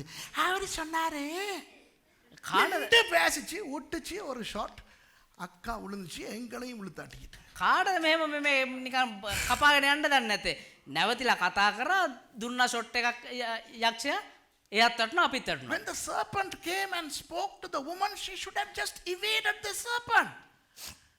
But she stood and she dialogued with the serpent. What happened? The serpent gave the shot. ஆகவே பாம்புகளோடு கவனமா இருங்க. ඒ නිසා සර්පයොත් එක්ක පරිස්සමින් ඉන්න. ஐயோ, எங்களோட இருந்தவங்க தானே, අයියෝ අපිත් එක්ක හිටපු කට්ටියනේ. அவங்க பாவம் தானே, ඒගොල්ලෝ පවුනේ. நாங்க அவங்களையும் குதிரையில ஏத்தத்தான் பார்த்தோம். අපි ඒගොල්ලොම තස්ස අපිට නංගන්න තමයි බැලුවේ. ஏத்து ஏத்து நல்லோ. නංගන්න හොඳයි. கீழே இருந்தா குதிரைக்கு தான் அடிக்கும், ஏத்திக்கோ அப்ப மூஞ்சிக்கே அடிக்கும். மடியில வச்சுக்கோ, நல்லா குத்தும். බිම හිටියනම් අශ්වයාට, උඩ හිටියනම් අශ්වයාට තමයි ගහන්නේ. බිම හිටියනම් ඔබේ මූණටම දෂ්ට කරලා නිකන් ඉතින් ගෙන ලොඩුක් විදියා ගන්න. கண்டு சர்ப்பியா අපිත් එක්ක හිටියා දැන් කොහමද ඉන්නේ? දැන් ඔයා ෆ්ලෂ් කරපු টয়ලට් එකේ දෙන්නේ කොහමද? මේ টয়ලට් එක හොඳයිද?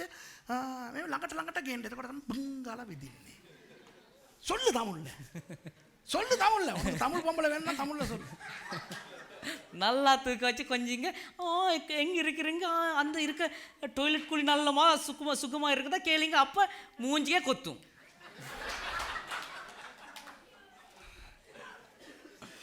You know, if you take the serpent and if you start to, cuddle the serpent, it will attack you.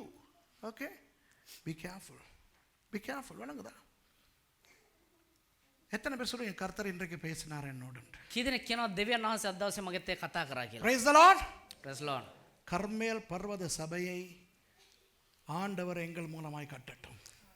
කර්මෙල් පර්වත සභාව දෙවියන් වහන්සේ අපි කන්න කොටගෙන ගොඩනගනවා. Let God build his church through us. குதிரையிலே ஏறி இருப்போம். අශ්වයා පිට නැගලයිමු. விழமாட்டோம்.